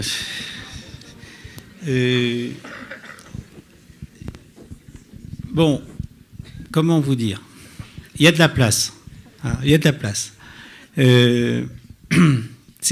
La question, des fois, on me pose, c'est il y a plein de métaphores hein, autour de la mémoire. Il y a eu l'ordinateur, mais c'est un peu dépassé, même si l'ordinateur reprend un peu de vigueur là, par les temps qui courent. Mais il y a eu l'idée un peu d'un sac qu'on remplit, et puis une fois que c'est plein, on ne sait plus quoi faire. Quoi. Alors, ce que j'ai essayé de faire passer, un des messages mais peut-être que j'ai voulu en faire passer trop, hein, des messages. Parce que c'est difficile hein, comme sujet. Hein. Parce que moi, je fais ça depuis 40 ans et je ne sais faire que ça. Donc, ma femme me le rappelle régulièrement. D'ailleurs, elle me dit tu ne peux parler que de ça. Donc, bon, voilà. Donc, je peux parler de la mémoire. Donc, non, mais c'est pas facile vous n'êtes pas forcément spécialiste. Et puis, moi, je fais ce que je peux pour vous expliquer, mais c'est compliqué, quoi. Mais un des messages que j'ai voulu faire passer, c'est que votre mémoire, elle est fluctuante, elle est mouvante, elle est dynamique. C'est-à-dire qu'il y a et cette notion de mémoire forte, mémoire faible, c'est assez simple à comprendre et je pense que c'est assez juste, que ce soit pour le collectif ou pour l'individuel. Il y a des aspects qui vont être à l'arrière-plan. Vous avez pris l'exemple du discours de Chirac, c'est exactement ça. Il y a le fameux discours de l'entrée au Panthéon le discours de Malraux. Enfin, c'est exactement ça, quoi. Vous voyez, tout d'un coup, parce que Moulin évidemment était connu, mais il va devenir une mémoire plus que forte, qui va devenir emblématique. Vous voyez. Ça ne veut pas dire qu'il n'existait pas avant. C'est pas ça. Hein, je suis pas du tout dans ce registre-là, mais c'est pour vous faire comprendre. Et aujourd'hui, alors peut-être pour saisir votre question sur cet angle-là. Il y a un autre élément, moi, je n'ai pas du tout abordé ça hein, ce soir, mais c'est un élément qui me préoccupe. Il ne faut peut-être pas aller jusque-là, mais c'est une problématique. Parce que mes enfants, ils sont grands maintenant, ils vivent leur vie.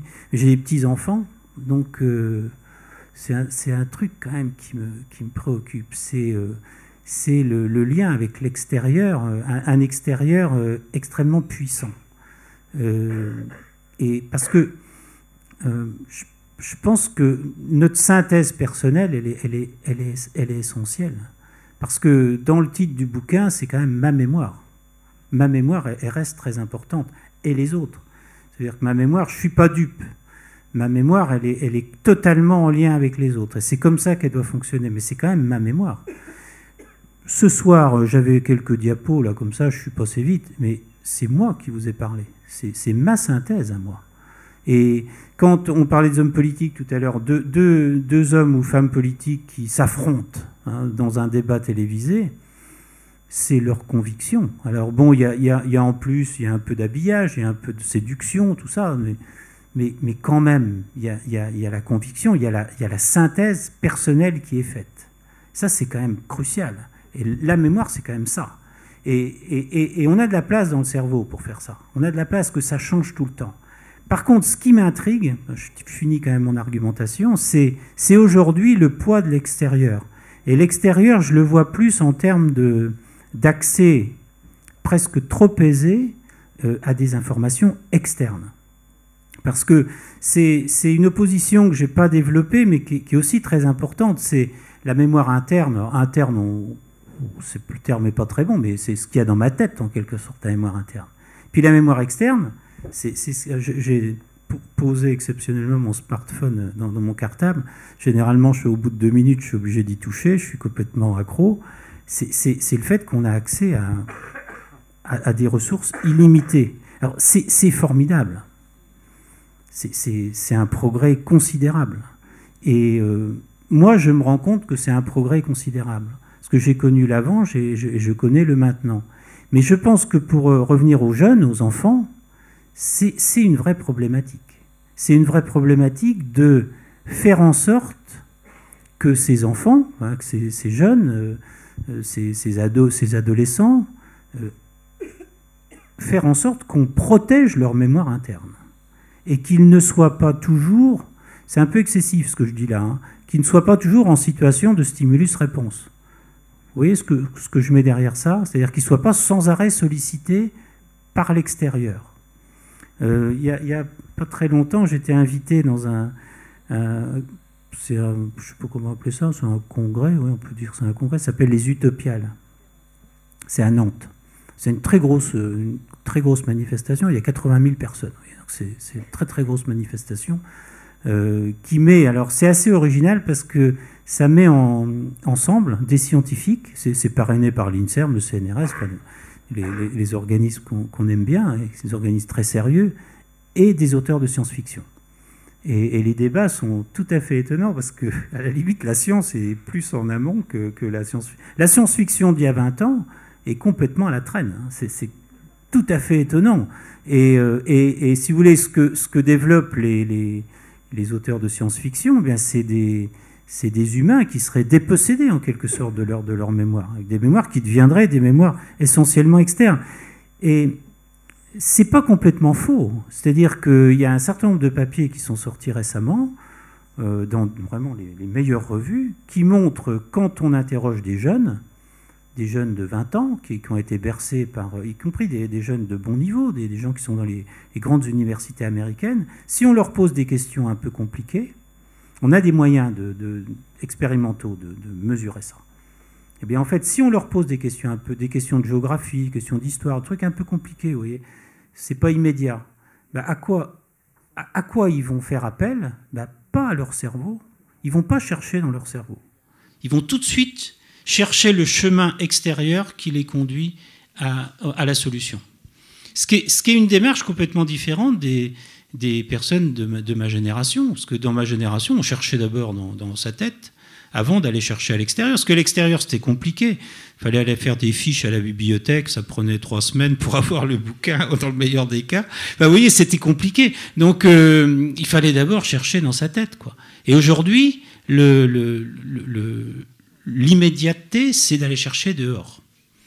Donc, je caricature un peu, je force un peu le trait, mais c'est quand même une préoccupation. Moi, c'est une préoccupation.